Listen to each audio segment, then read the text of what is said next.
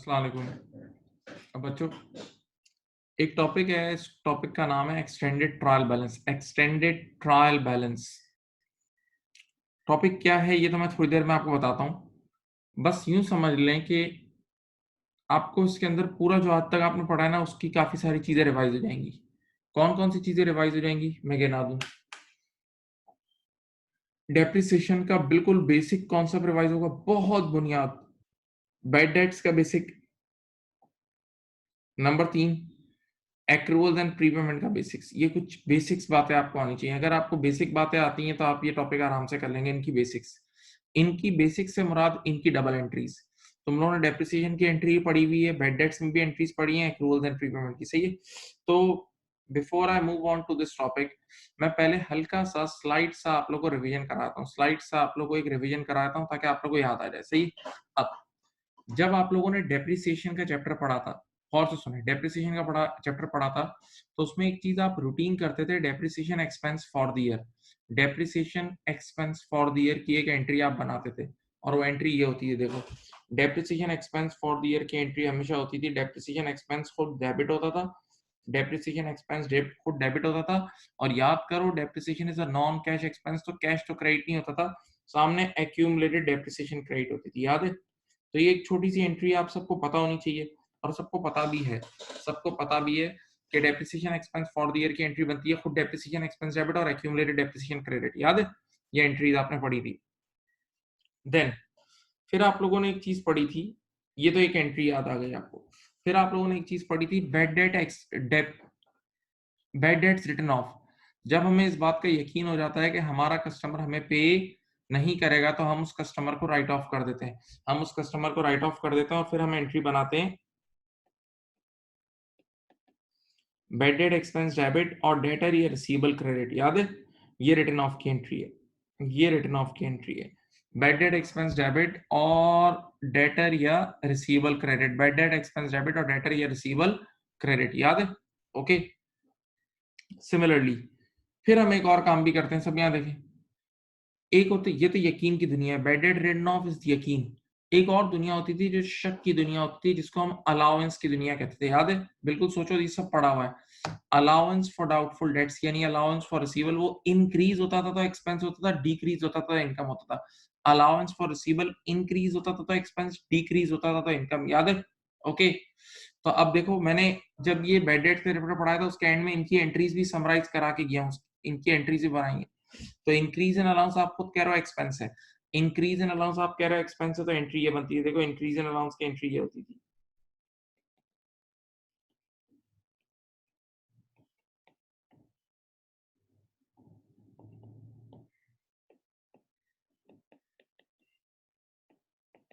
खुद allowance for receivable credit होता था, याद है।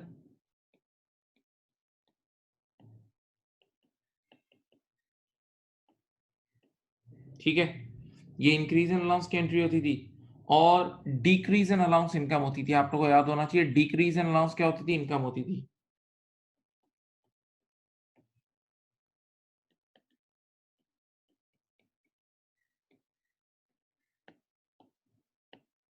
इनकम का मतलब इनकम खुद क्रेडिट होती है, तो बैड डेट क्रेडिट हो जाएगा, और अलाउंस इज कॉन्ट्रा एसेट, तो वो कम होगा तो डेबिट होगा।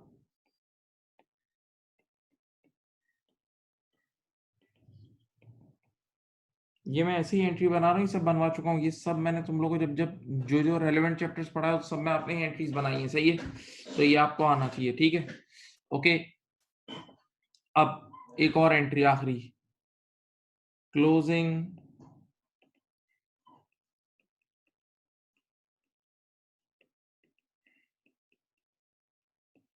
सुनो बेटा, आप लेटेस्ट से अपने एम्प्लॉयज को वेजेस पे करते हो। आप यूं सोचो कि आपके एम्प्लॉयज ने इस साल 10,000 का काम किया है, या यूं सोच लो आपने अपने एम्प्लॉयज से 10,000 का फायदा उठाया है। आपने अपने एम्प्लॉयज से 10,000 का फायदा उठाया, 10,000 का काम लिया, लेकिन उनको पैसे सिर्फ 6,000 दिए। तो आपने अभी तक सिर्फ कैश की एंट्री बनाई होगी, वेजेस डेबिट और कैश क्रेडिट। सोचो, सिर्फ वेजेस डेबिट और कैश क्रेडिट। इसका मतलब ईयर एंड पे 4,000 रुपए एक्रूड है। इसका मतलब ईयर एंड पे 4,000 रुपए, 4,000 रुपए एक्रूड है ईयर एंड पर 4000 एक्रूड है, 4000 एक्रूड है। मैं फिर बोल रहा हूं एक बार, यहाँ देखें, आपने अपने एम्प्लॉय से 10,000 का काम लिया है, फायदा उठाया 10,000 का और पैसे उनको सिर्फ 6,000 रुपए दिए, तो ईयर एंड पे 4,000 रुपए एक्रूड होंगे ना। तो आपने तो अभी तक क्या एंट्री बनाई होगी, सिर्फ कैश की एंट्री बनाई होगी, जो 6,000 रुपए कैश पे किए हैं। तो अब ईयर एंड पे रिमेनिंग 4,000 एक्रूड की एंट्री बनानी है। तो अब जरा यूं देखें, तो देखें आपने एंट्री अभी तक ये बनाई होगी, सिर्फ देखो वेजेस डेबिट 6,000 और कैश क्रेडिट 6,000, सब बच्चे यहाँ देखो, वेजेस एक्सपेंस डेबिट 6,000 और कैश क्रेडिट 6,000। लेकिन मैं क्या कह रहा हूँ, आपने उनसे काम तो पूरे 10,000 का ले लिया है। तो expenses are recorded when they are incurred, expenses are recorded when they are incurred. तो जब 10,000 का काम ले लिए, 10,000 का फायदा उठा लिया है, तो एक्सपेंस तो 10,000 का बुक होना चाहिए था। एक्सपेंस तो 10,000 का बुक होना चाहिए था, लेकिन आपने सिर्फ 6 का बुक किया है, क्योंकि पैसे सिर्फ 6 दिए हैं। तो बाकी 4,000 रुपए एक्रूड है ना, उधार है ना, 4,000 रुपए उधार है ना। तो अब देखो एक्रूड की मैं एंट्री बना रहा हूँ। ईयर एंड पर जो एक्रूड होता है उसकी एंट्री क्या होगी, देखो एक्रूड एक्सपेंस की, सब बच्चे यहाँ देखें। एक्रूड एक्सपेंस होता क्या है, जो यूज हो गया पे नहीं हुआ। एक्रूड एक्सपेंस क्या होता है, जो यूज हो गया पे नहीं हुआ, जो यूज हो गया पे नहीं हुआ। एक्रूड एक्सपेंस क्या होता है, जो यूज हो गया और पे नहीं हुआ। तो अब देखो, जब ये यूज हो गया है तो आप एंट्री बनाओगे, वेजेस एक्सपेंस को डेबिट कर लेना 4,000 से, और पे नहीं हुआ, और पे नहीं हुआ तो सामने लायबिलिटी एक्रूड, एक्रूड वेजेस के नाम से ये लायबिलिटी क्रेडिट कर देना। देखो ये एंट्री है, ये एंट्री है, ये क्लोजिंग एक्रूड एक्सपेंस की एंट्री है, ये क्लोजिंग एक्रूड एक्सपेंस की एंट्री। सिर्फ ये सोच लो, ये एंट्री याद रखना। फिर देख लो भाई, मैं फिर आखिरी बार बोल रहा हूँ, मैंने अपने एम्प्लॉय से टोटल 10,000 का काम लिया था, तो यूटिलाइज तो 10,000 किया, लेकिन पे सिर्फ 6,000 किया था। तो मैंने आज तक सिर्फ 6,000 का एक्सपेंस बुक किया हुआ होगा, जबकि असल में मैंने यूज 4,000 किया है। तो अब ईयर एंड पर जब खड़ा होऊंगा, तो ईयर एंड पर एक 4,000 का अमाउंट ऐसा होगा जो मैं यूज कर चुका हूं लेकिन पे नहीं किया। तो expenses which have been utilised but not yet paid are called accrued. तो अब देखो, जैसे ही मैं एक्रूड की एंट्री बनाऊंगा, तो ऑटोमेटिकली देखो एक्सपेंस 4 और 6, 4 और 6, देखो एक्सपेंस 4,000 और ये 6,000, 4,000 और 6,000 ऑटोमेटिकली 10,000 नहीं हो जाएगा। ऑटोमेटिकली 4 और 6, 4 और 6 10,000 नहीं हो जाएगा। टोटल 10,000 का एक्सपेंस नहीं हो जाएगा बेटा, सोचो। और वाकई 10,000 का ही तो एक्सपेंस बुक करना चाहिए था, वाकई 10,000 का तो एक्सपेंस बुक करना चाहिए था, सोच लो। ओके, तो अब ये वाली एंट्री नहीं भूलना, ये क्लोजिंग एक्रूड एक्सपेंस की एंट्री है, ये क्लोजिंग एक्रूड एक्सपेंस की एंट्री है। अच्छा, एक और सिर्फ याद दहानी के लिए मैं तुम्हें एक सिर्फ निशानी याद दिलाता हूँ, सुनो यार। जब मैंने तुम्हें एक्रूवल्स और प्रीपेमेंट पढ़ाया था, तो उसकी आखिरी क्लास में मैंने 8-9 लाइंस लिखवाई थी कि आप एक्रूड जैसे ही क्लोजिंग एक्रूड रिकॉर्ड करोगे, तो आपका एक्सपेंस फॉर द ईयर बढ़ेगा और प्रॉफिट गिरेगा। इस तरह की 8 लाइंस लिखवाई थी, इस तरह की 8 लाइंस मैंने लिखवाई थी, अगर आपको याद हो, कि जब भी आप क्लोजिंग एक्रूड एक्सपेंस रिकॉर्ड करोगे, क्लोजिंग एक्रूड एक्सपेंस रिकॉर्ड करोगे, जब भी आप क्लोजिंग एक्रूड एक्सपेंस रिकॉर्ड करोगे, तो उसकी वजह से आपके एक्सपेंसेस फॉर द ईयर बढ़ेंगे और प्रॉफिट गिरेगा। यही हो रहा है इस एंट्री में, देखो एक्सपेंसेस बढ़ रहे हैं, एक्सपेंस डेबिट और लायबिलिटी क्रेडिट, देखो यही एंट्री बन रही है, उस टाइम भी लिखवा के गया था, ठीक है। अब एक आखिरी चीज है, क्लोजिंग प्रीपेड एक्सपेंस। बेटा अब कभी कभार ईयर एंड पर प्रीपेड भी होता है, कभी कभार ईयर एंड पे प्रीपेड भी होता है। तो अब मैं आपको एक बात बताता हूँ, प्रीपेड एक्रूड का उल्टा है, प्रीपेड एक्रूड की जिद है, प्रीपेड एक्रूड का उल्टा है, रिवर्स है। देखो सिर्फ यूं सोचो, प्रीपेड कब होगा, मैंने इस बार, यहाँ देखिए आप, मैंने इस बार अपने मोबाइल में 10,000 रुपए का क्रेडिट डाला है, या 1,000 रुपए का क्रेडिट डलवाया है। तो मैंने जब 1,000 रुपए का क्रेडिट डलवाया होगा, तो मैंने यूं एंट्री बनाई होगी, देखो मोबाइल एक्सपेंस डेबिट 1,000 और कैश क्रेडिट 1,000, सही है। मैंने अपने सेल फोन में इस बार 1,000 रुपए का क्रेडिट डलवाया, देखो ये नई कहानी सुना रहा हूँ, मैंने अपने सेल फोन में 1,000 रुपए का क्रेडिट डलवाया, तो मैंने एंट्री बनाई होगी मोबाइल एक्सपेंस डेबिट और कैश क्रेडिट। लेकिन ईयर एंड पे आके मैंने अपने मोबाइल फोन में क्रेडिट चेक करा, तो अभी भी 400 रुपए पड़े हैं। ईयर एंड पे मैंने अपने फोन में क्रेडिट चेक किया, तो अभी भी 400 रुपए, अभी भी 400 रुपए पड़े हैं। मैं फिर एक बार बोल रहा हूँ, मैंने अपने फोन में 1,000 रुपए का क्रेडिट लोड करवाया पैसे देके, तो एंट्री क्या बनी होगी, मोबाइल एक्सपेंस डेबिट और cash credit, mobile expense debit और कैश क्रेडिट, ऐसा ही है, ऐसा ही है। अब क्या हुआ, अब मैंने पीरियड के एंड पे अपने फोन में क्रेडिट चेक करा, तो अभी भी 400 रुपए पड़े हैं। तो टेक्निकली सोचो बेटा, 1000 रुपए का क्रेडिट डलवाया था जिसमें से 400 रुपए अभी भी बचे अनयूज्ड। 1000 रुपए का क्रेडिट डलवाया था जिसमें से 400 रुपए अनयूज बचे, तो इसका मतलब यूज तो सिर्फ 600 रुपए हुए ना, इस्तेमाल तो सिर्फ 600 रुपए हुए ना। हाँ, तो लेकिन मैंने एक्सपेंस कितना बुक कर दिया है देख लो, मैंने एक्सपेंस बुक कर दिया 1000 का, तो अब मुझे 400 से एक्सपेंस को कम करना चाहिए ना। सोचो ना यार, 400 तो मैं अगले साल यूज करूंगा, 400 प्रीपेड है वो तो अगले साल यूज होगा, जबकि मैंने इस साल 400 रुपए से extra extra extra expense book कर दिया है। तो अब देखो, प्रीपेमेंट की एंट्री बना रहा हूँ, देखो प्रीपेमेंट की वजह से आप अपने एक्सपेंस को उसी वक्त रिड्यूस करोगे। आप आप अपने मोबाइल एक्सपेंस लिख रहा हूँ, सॉरी, आप अपने एक्सपेंस को उसी वक्त रिड्यूस करोगे। देखो, मोबाइल एक्सपेंस के नाम से 400 रुपए का रिडक्शन करोगे, और प्रीपेमेंट खुद एसेट होता है। प्रीपेमेंट खुद क्या होता है? करंट एसेट, याद है? तो प्रीपेड एक्सपेंस, ये देखो करंट एसेट डेबिट हो जाएगा 400 रुपए से। तो ये एंट्री है प्रीपेमेंट की, ये देख लो, ये एंट्री है प्रीपेमेंट की। और आप गौर से देख लें, ये दोनों एंट्रीज एक दूसरे की उल्टी हैं, देख लें। एक्रूड की एंट्री क्या है? एक्सपेंस डेबिट और लायबिलिटी क्रेडिट। एक्रूड की एक्सपेंस क्या है? एंट्री क्या है? एक्सपेंस खुद डेबिट होता है, लायबिलिटी क्रेडिट। जबकि प्रीपेमेंट की एंट्री क्या है? प्रीपेमेंट एसेट डेबिट और एक्सपेंस खुद क्रेडिट होता है।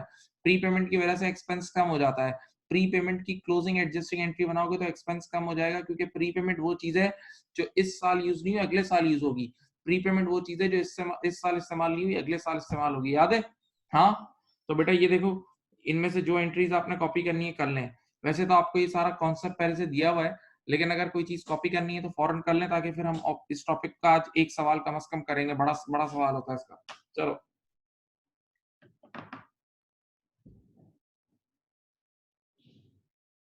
ये सारी एंट्रीज कॉपी कर लें, और अब ये एकदम तेजी से आपको आनी चाहिए। हाँ बेटा,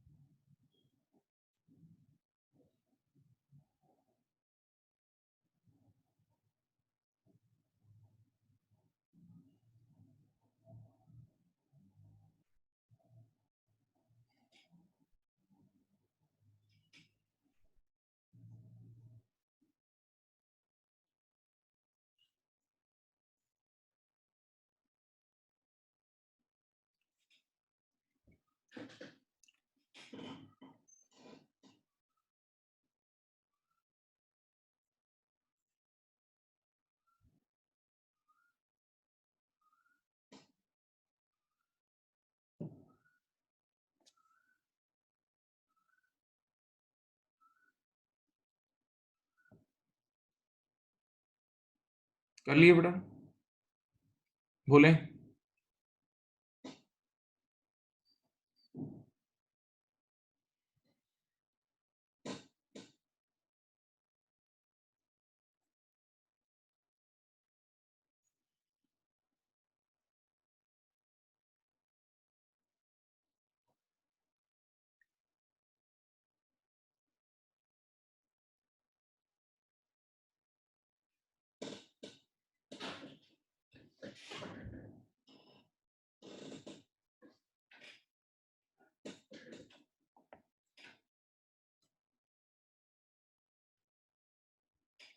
अब यहाँ देखिए बेटा, अब हम यहाँ से एक फर्स्ट क्वेश्चन की तरफ मूव कर रहे हैं। ये क्वेश्चन आप लोग की बुक में भी है, पेज नंबर 37 पे।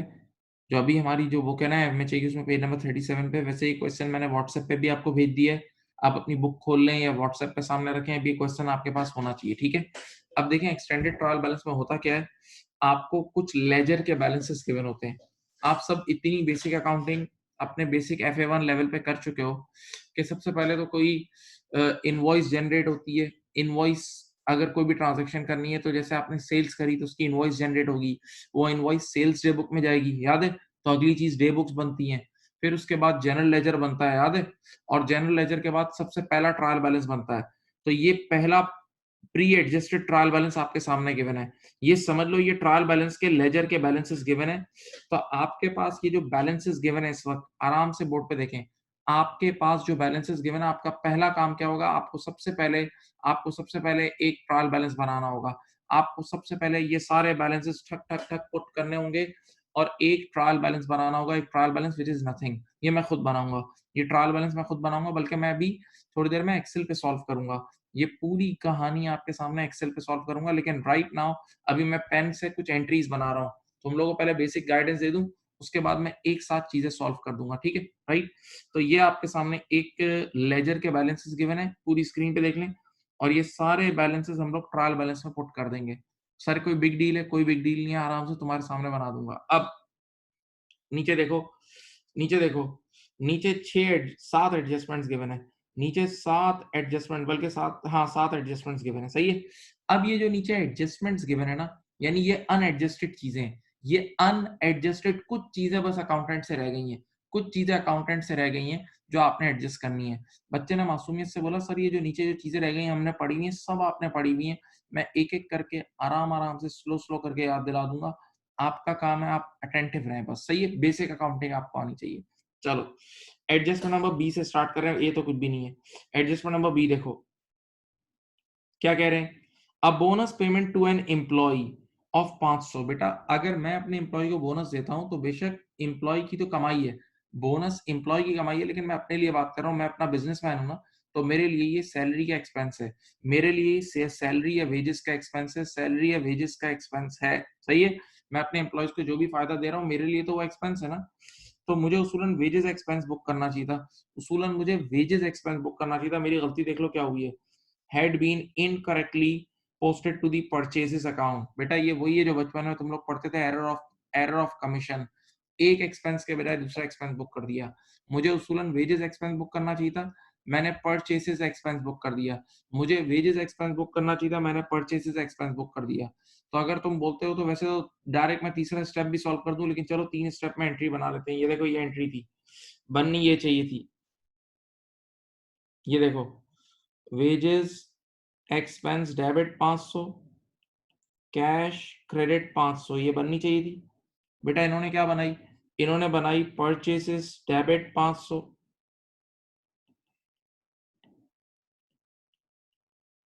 और कैश क्रेडिट 500 परचेसेस डेबिट 500 और cash credit 500 wages debit 500 cash credit 500 purchases और बननी चाहिए थी वेजेस डेबिट 500 और कैश क्रेडिट 500 इन्होंने क्या बना दी परचेसेस डेबिट 500 और कैश क्रेडिट 500 ऐसा ही है अब तीसरी एंट्री क्या बनेगी अब तीसरी एंट्री क्या बनेगी बताओ ऊपर वाली बननी चाहिए थी नीचे वाली बन गई है ऊपर वाली बननी चाहिए थी नीचे वाली बन गई है बताओ क्या बनेगी सिंपल अब बनेगी वेजेस डेबिट और परचेसेस क्रेडिट सही है बेटा असल ये तीसरी एंट्री है असल ये तीसरी एंट्री जो हमें पोस्ट करनी है असल ये तीसरी एंट्री है जो हमें पोस्ट करनी है ओके तो not a big deal not a big deal at all हाँ भाई अभी आप लोग कॉपी नहीं करें एक साथ कॉपी करना सी देखें आप आ जाओ चलो सी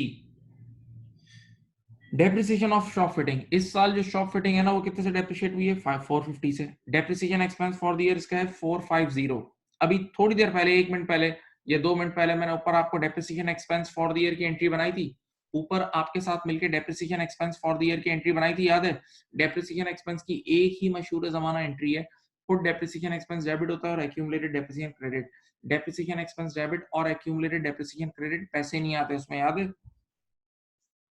कितना है 450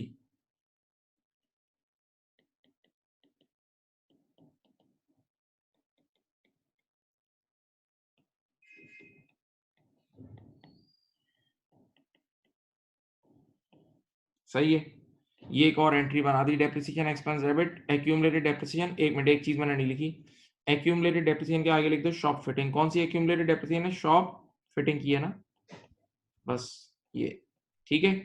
डेप्रिसिएशन एक्सपेंस डेबिट और एक्यूमुलेटेड डेप्रिसिएशन शॉप फिटिंग की क्रेडिट। अच्छा, डी, फिर depreciation of lease hold property. Lease hold property भी डेप्रिशिएट हो रही है, नॉर्मल नॉर्मल एसेट डेप्रिशिएट हो रहा है, वही एंट्री बनेगी। देखो, depreciation expense debit 2800, accumulated depreciation leasehold,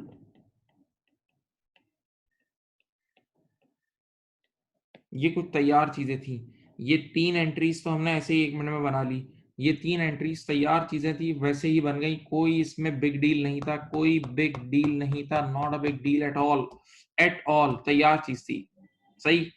अब थोड़ा सा बैड डेट के साथ खेलेंगे, थोड़ा सा काम अब बैड डेट के साथ होगा, देख लो, थोड़ा सा काम अब बैड डेट के साथ होगा। सब बच्चे देखें क्या लिखा हुआ है, a debt of 2250 is irrecoverable and is to be written off. याद है, is to be written off, यानी रिटन ऑफ ऑलरेडी नहीं हुआ।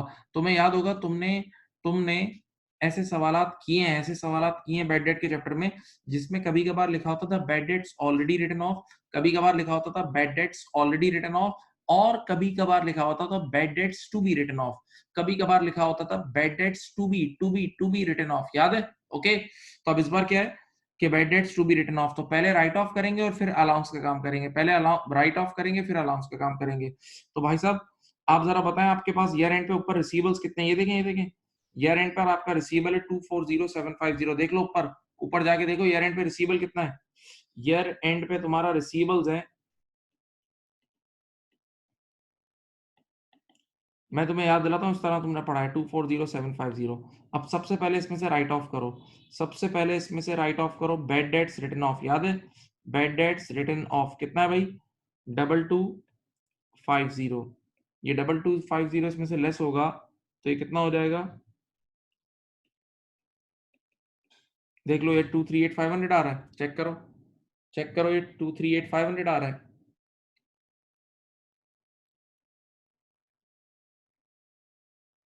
हाँ भाई, ये लेस करने के बाद 238500 आ रहा है, बताएं। यस। अब बताओ, अब इस पे चेक करेंगे।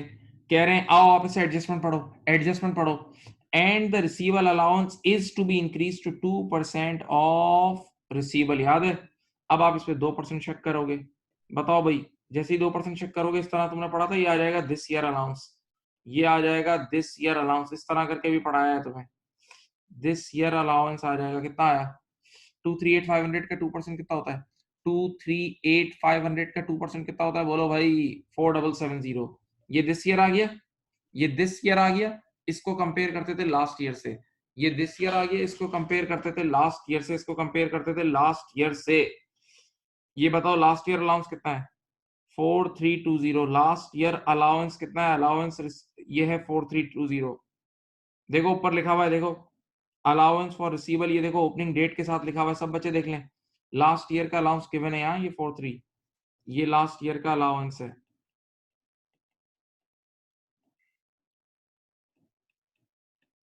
बताओ, लास्ट ईयर का 4320 था, इस बार 4770 हो गया। लास्ट ईयर का 4320 था, इस बार 4770 हो गया। बताओ कितने से इंक्रीज हो रहा है? कितने से इंक्रीज इंक्रीज हो रहा है? मेरे ख्याल से 450 से इंक्रीज इन अलाउंस हो रहा है। कितने से?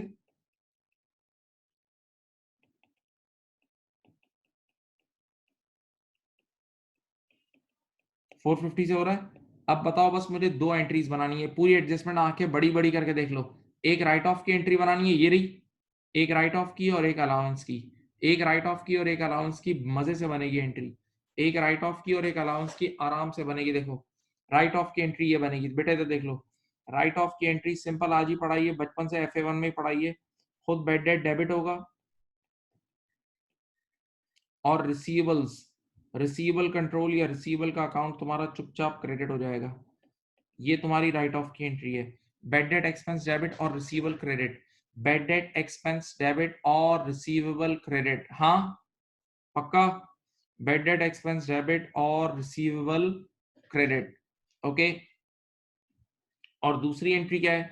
दूसरी एंट्री ये 450 का, ये देख लो, 450 का इंक्रीज इन अलाउंस हुआ है, इंक्रीज, डिक्रीज नहीं हुआ, इंक्रीज। कितनी बार बोला है, अभी ऊपर भी पढ़ाया था, ऊपर रिवीजन भी कराया है। Increase in allowance is also your expense, increase in allowance is also your expense.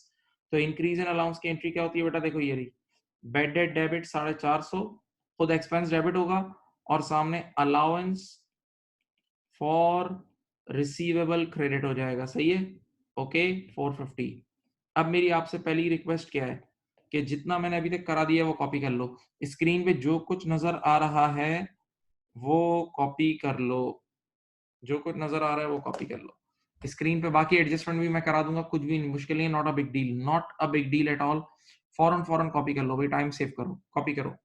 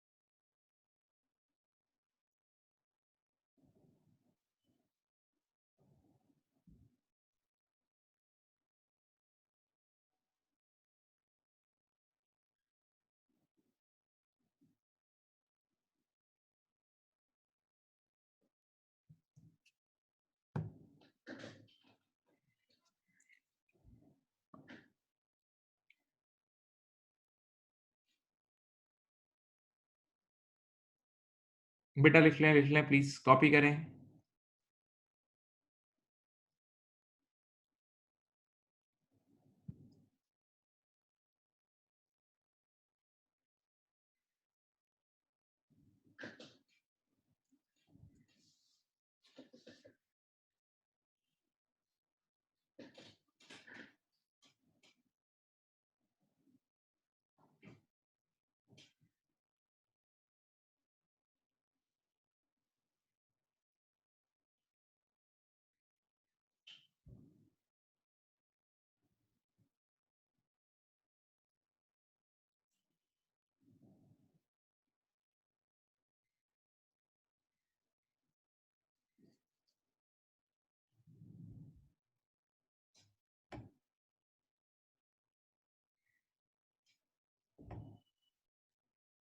लिख लिया, बोलो।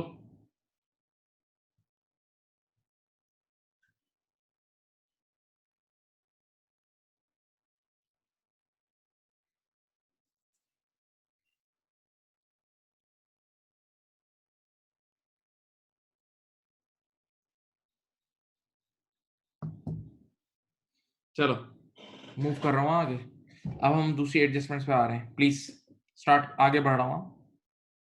अब क्या लिखा हुआ है, पॉइंट नंबर एफ, भाई ये एडजस्टमेंट अच्छी तरह समझो। पॉइंट नंबर एफ, यहाँ देखें, पॉइंट नंबर एफ में कह रहा है कि the inventory, the closing inventory at 31 December, देखो ईयर एंड का स्टॉक है ये 135 है। अब क्लोजिंग स्टॉक की एडजस्टमेंट सिखानी, सब बच्चा आराम से देखो, क्लोजिंग स्टॉक की एडजस्टमेंट सिखानी है। यहाँ देखें, इधर देखें, सब यहाँ देखें। बेटा आप लोगों ने अपनी लाइफ में मेरे साथ इन्वेंटोरी वैल्यूएशन पढ़ा हुआ है, हमारा बिगिनिंग चैप्टर था, पहले चैप्टर में से ही था यार। आपको याद है ये एक फॉर्मूला होता था, ओपनिंग स्टॉक, सब बच्चे यहाँ देखें, opening stock at purchases less closing stock, याद है? Opening stock at purchases less closing stock, इधर देखो, ठीक है?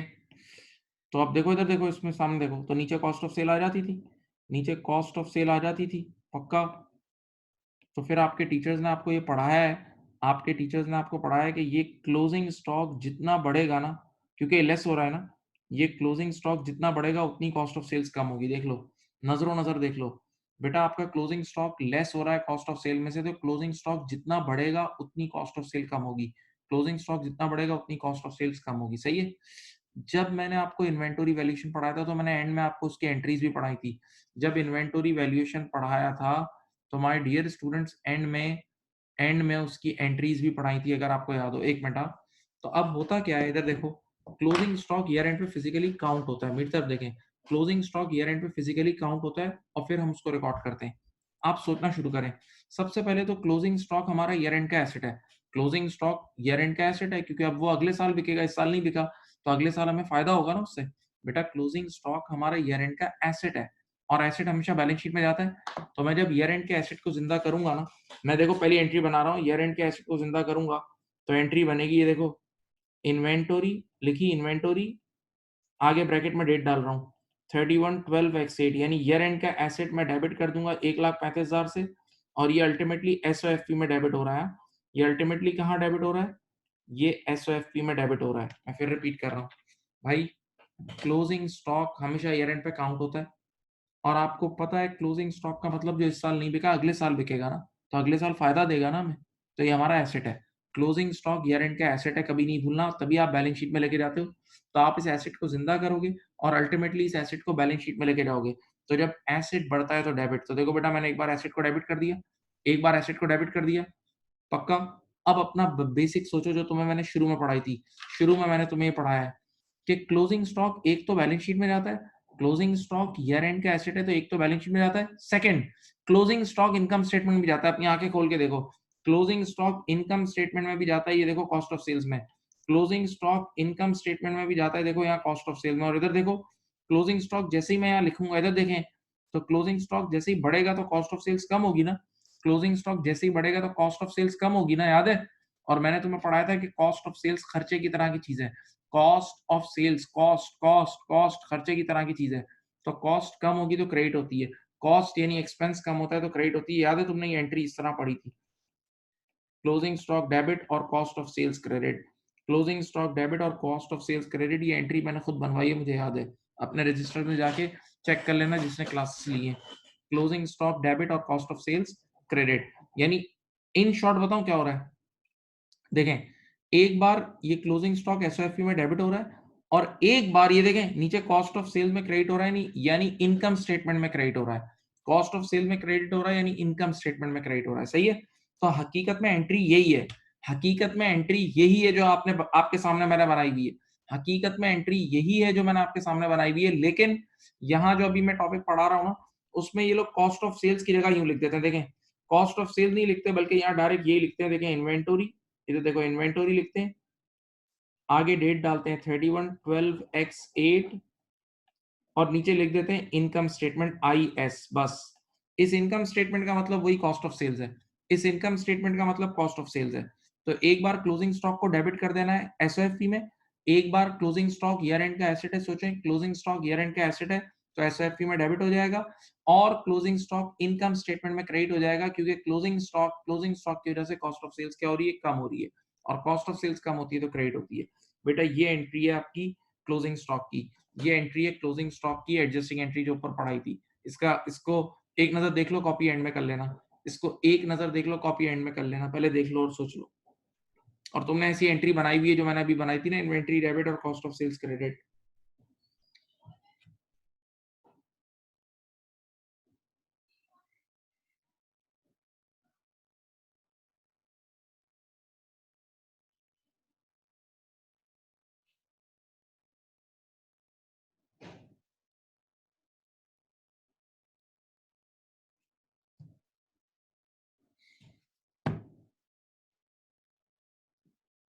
अब नंबर जी, अब बस एक एक्रूड है एक प्रीपेड है, एक एक्रूड है एक प्रीपेड है, आंखें खोल के चलोगे तो एंड ऑन 31st दिसंबर, ये जोन नहीं है, on 31st December x8 540 was owed, owed is उधार, ओड इज उधार यानी एक्रूड। ये देखो, यहाँ देखो, at 31st December X8 540 was owed for advertising expense but an invoice has not yet been received। बेटा इसका मतलब क्या है, ईयर एंड पर एडवर्टाइजिंग का 540 रुपए एक्रूड है, ईयर एंड पर 540 रुपए की एडवर्टाइजिंग करवा ली है लेकिन अभी तक पैसे पे नहीं किए हैं। बेटा ईयर एंड पे 540 रुपए की एडें चल चुकी हैं लेकिन अभी तक ना इनवॉइस आई है, और जब इनवॉइस ही नहीं आई तो उसके पैसे भी नहीं दिए, तो ये एक्रूड है। यानी ये वो एक्सपेंस है जो यूज हो गया पे नहीं हुआ, जो यूज हो गया पे नहीं हुआ। आके खोल के देख लो, अभी पढ़ाया था। ईयर एंड पर 540 रुपए का एडवर्टाइजिंग का एक्रूड है, ईयर एंड पर 540 रुपए का एडवर्टाइजिंग का एक्रूड है, ईयर एंड पे 540 रुपए का एडवर्टाइजिंग का एक्रूड है। Okay, right. अब बताओ एक्रूड की एंट्री क्या बनती थी, ये सिखाई थी तुम्हें, ये बनेगी देखो। एक्रूड एक्सपेंस के लिए पहले आवाज लगाओ। एक्रूड एक्सपेंस होता क्या है, जो यूज हो गया पे नहीं हुआ, जो यूज हो गया पे नहीं हुआ, यूज हो गया पे नहीं हुआ। तो जब यूज हो गया ना तो एक्सपेंस तो बुक होगा, तो एडवर्टाइजिंग एडवर्टाइजिंग एक्सपेंस को डेबिट हो जाएगा, एडवर्टाइजिंग एक्सपेंस मेरे बच्चों डेबिट हो जाएगा, देखो 540। और एक्रूड लाइबिलिटी, एक्रूड लाइबिलिटी 540 से क्रेडिट। ये अभी 1 मिनट पहले एंट्री सिखाई थी ऊपर, ऊपर आपको एक्रूड की एंट्री सिखाई थी, ऊपर आपको एक्रूड की एंट्री थोड़ी देर पहले ही सिखाई थी। ये रही एक्रूड की एंट्री। 30 सेकंड की खामोशी, 30 सेकंड की खामोशी के साथ देख लें।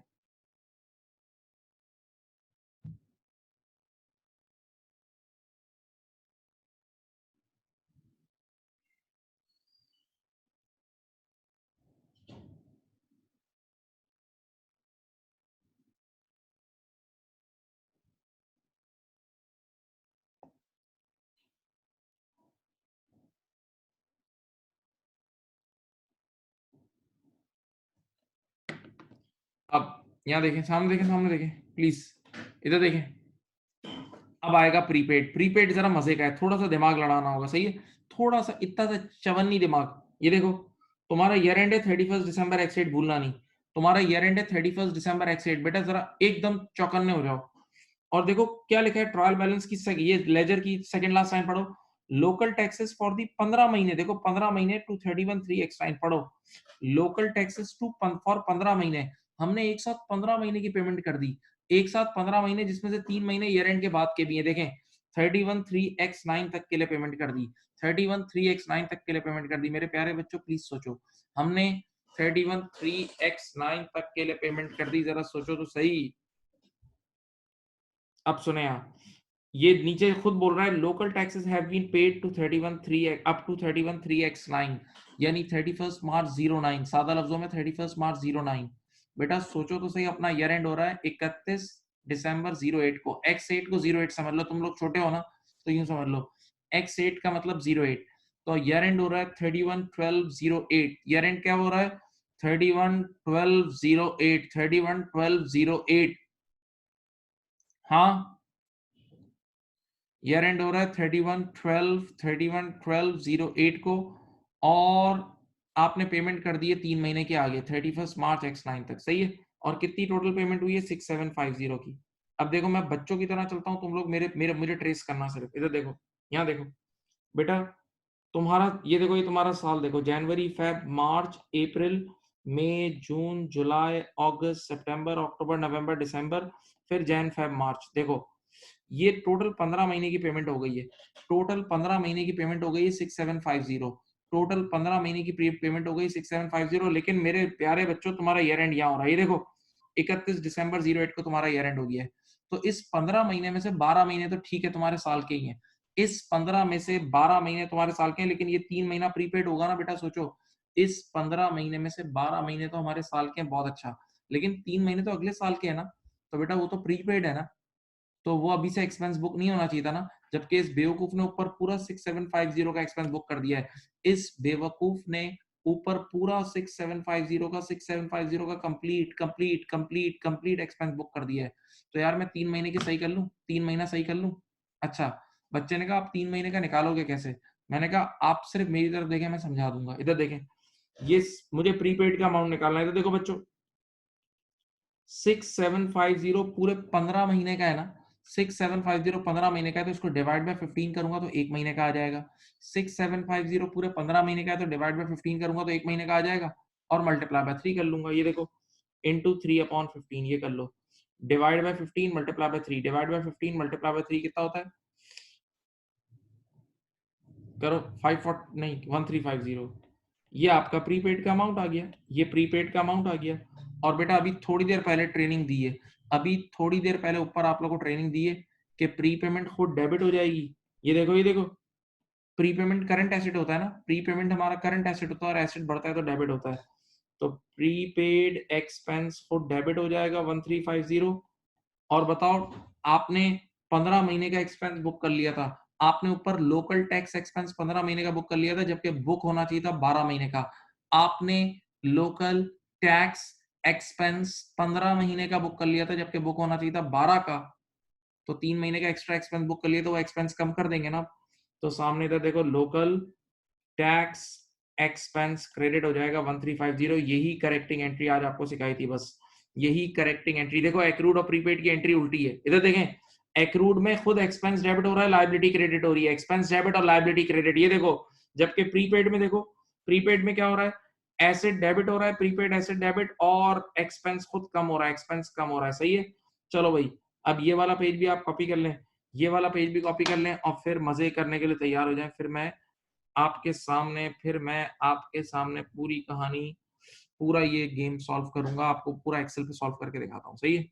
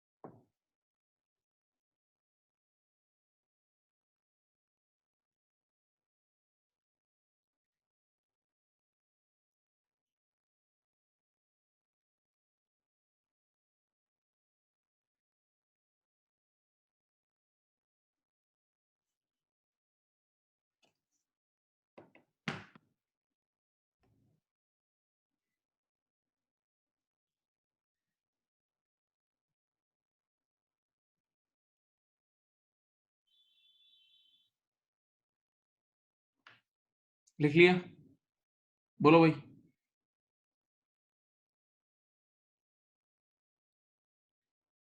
लिख लिया।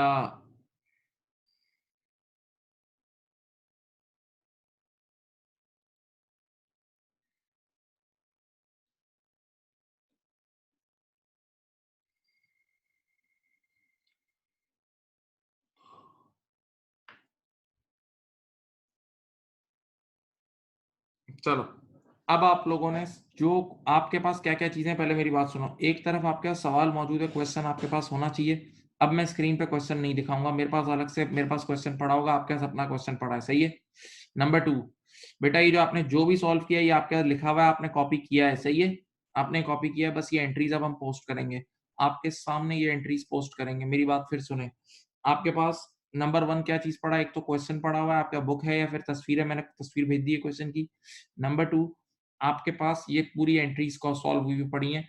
मैं अब क्वेश्चन सॉल्व करूँगा और अब मैं पेन से लिखना बंद करूँगा और अब मैं आपको एक्सेल शीट पे ले जाऊँगा क्योंकि ये पूरा एक्सेल का ही काम है, ठीक है? राइट। आप लोगों ने भी इसको कॉपी करने की कोई ज़रूरत नहीं क्योंकि आपके पास वो शीट्स हैं ही नहीं। वो एक स्पेशल शीट्स होती हैं जो हम क्लास में डिस्ट्रीब्यूट करते हैं, आपने अब इसको एक्सेल पे ही प्रैक्टिस करनी होगी। तो अभी आपने सिर्फ़ देखना है, समझना है, सिर्फ़ समझना है, मैं आपको ये सब चीज़ें प्रोवाइड कर दूँगा, अच्छी तरह समझना है, सही है? अब मैं गेम एक्सेल पे लेके जा रहा हूँ।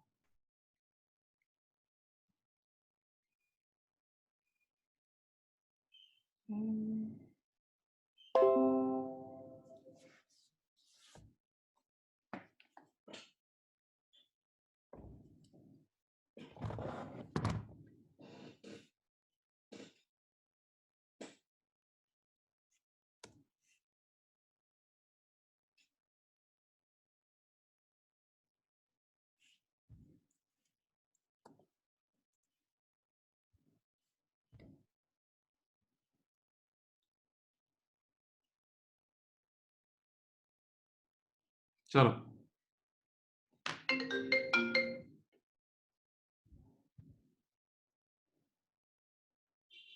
यहाँ देखें, सामने देखें। बच्चों अब ज़ीरो से मेरी बात सुनो, देखो मैंने पहला काम रेडीमेड आपके सामने किया हुआ है।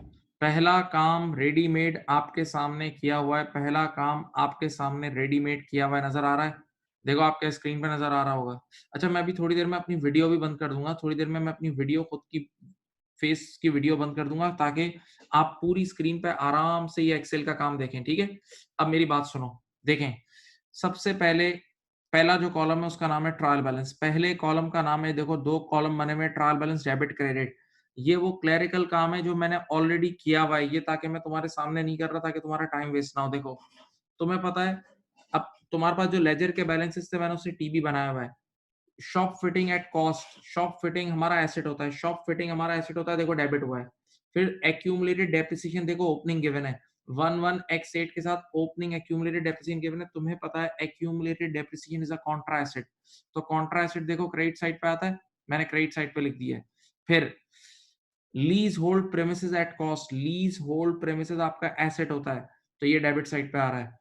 फिर चौथे नंबर पे उसकी एक्यूमुलेटेड डेप्रिसिएशन, लीज होल्ड की एक्यूमुलेटेड डेप्रिसिएशन कॉन्ट्रा एसेट होती है, वो क्रेडिट साइड पे आ रही है ओपनिंग। फिर देखो ओपनिंग इन्वेंटोरी डेबिट साइड पे, रिसीवेबल्स डेबिट साइड पे।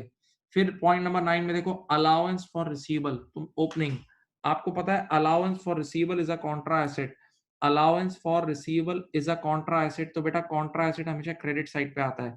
जब एसेट डेबिट साइड पे आ रहा है, जब एसेट डेबिट साइड पे आ रहा है तो कॉन्ट्रा एसेट क्रेडिट साइड पे आएगा, सही है? फिर देखो उसके बाद ये क्वेश्चन के थ्रू मैं कर रहा हूँ, क्वेश्चन आपके सामने था उसके थ्रू करा रहा हूँ। फिर उसके बाद आपके पास कैश इन हैंड एसेट है, देखो डेबिट साइड पे आ रहा है। Cash in the bank asset है, तो डेबिट साइड पे आ रहा है। उसके बाद आपको गिवन है पेबल्स, आपको क्या गिवन है? पेबल्स। लायबिलिटीज है, देखो क्रेडिट साइड पे आ रही है। फिर आपको गिवन है, ये देखो proprietors capital eight for 11x8, capital, capital का नेचर क्रेडिट होता है, देखो क्रेडिट साइड पे आ रहा है। फिर परचेसेस, परचेसेस एक्सपेंस है, तो डेबिट साइड पे आ रही है। सेल्स हमारी इनकम है, तो क्रेडिट साइड पे आ रहा है ये। फिर वेजेस एक्सपेंस है तो डेबिट पे आ रहा है, एडवर्टाइजिंग एक्सपेंस है तो डेबिट पे आ रहा है, लोकल टैक्सेस एक्सपेंस है तो डेबिट पे आ रहे हैं, और बैंक चार्जेस भी एक्सपेंस है तो वो भी डेबिट पे आ रहा है, सही है? ओके, ये आपके सामने जो क्वेश्चन आपको गिवन था वो सब पहले कॉलम में मैंने डाल दिया है। जो क्वेश्चन आपको गिवन था वो सब का सब पहले कॉलम में डाल दिया है, पहले कॉलम में डाल दिया है, पहले कॉलम में डाल दिया है। ओके, बोलो।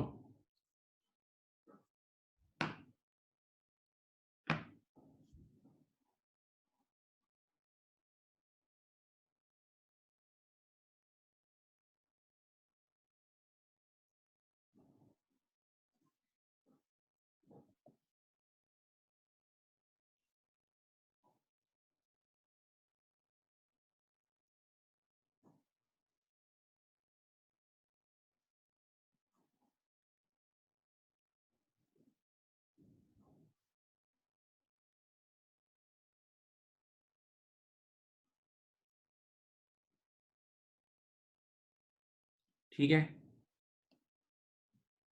कर लिया जी। ये बात समझ गए? ये बात समझ गए? बताएं, यहां तक समझ गए बच्चों? अब देखें,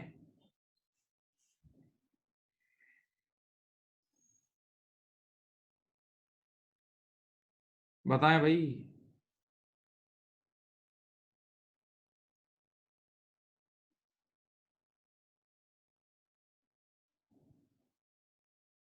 ठीक है, चलो बस बस बस, अब मेरी बात सुनना यार, थोड़ा सा आप लोग अटेंशन चाहिए। अब पहले अपना जहन ये बनाओ कि टॉपिक मुश्किल नहीं होगा, टॉपिक मुश्किल नहीं है, बस आप लोग की अटेंशन चाहिए। अच्छा, अब मैं ज्यादा चैट बॉक्स में मुझे रिप्लाई नहीं करना, अब अगर बात करनी हो तो मुझे व्हाट्सएप पे कर देना, सही है?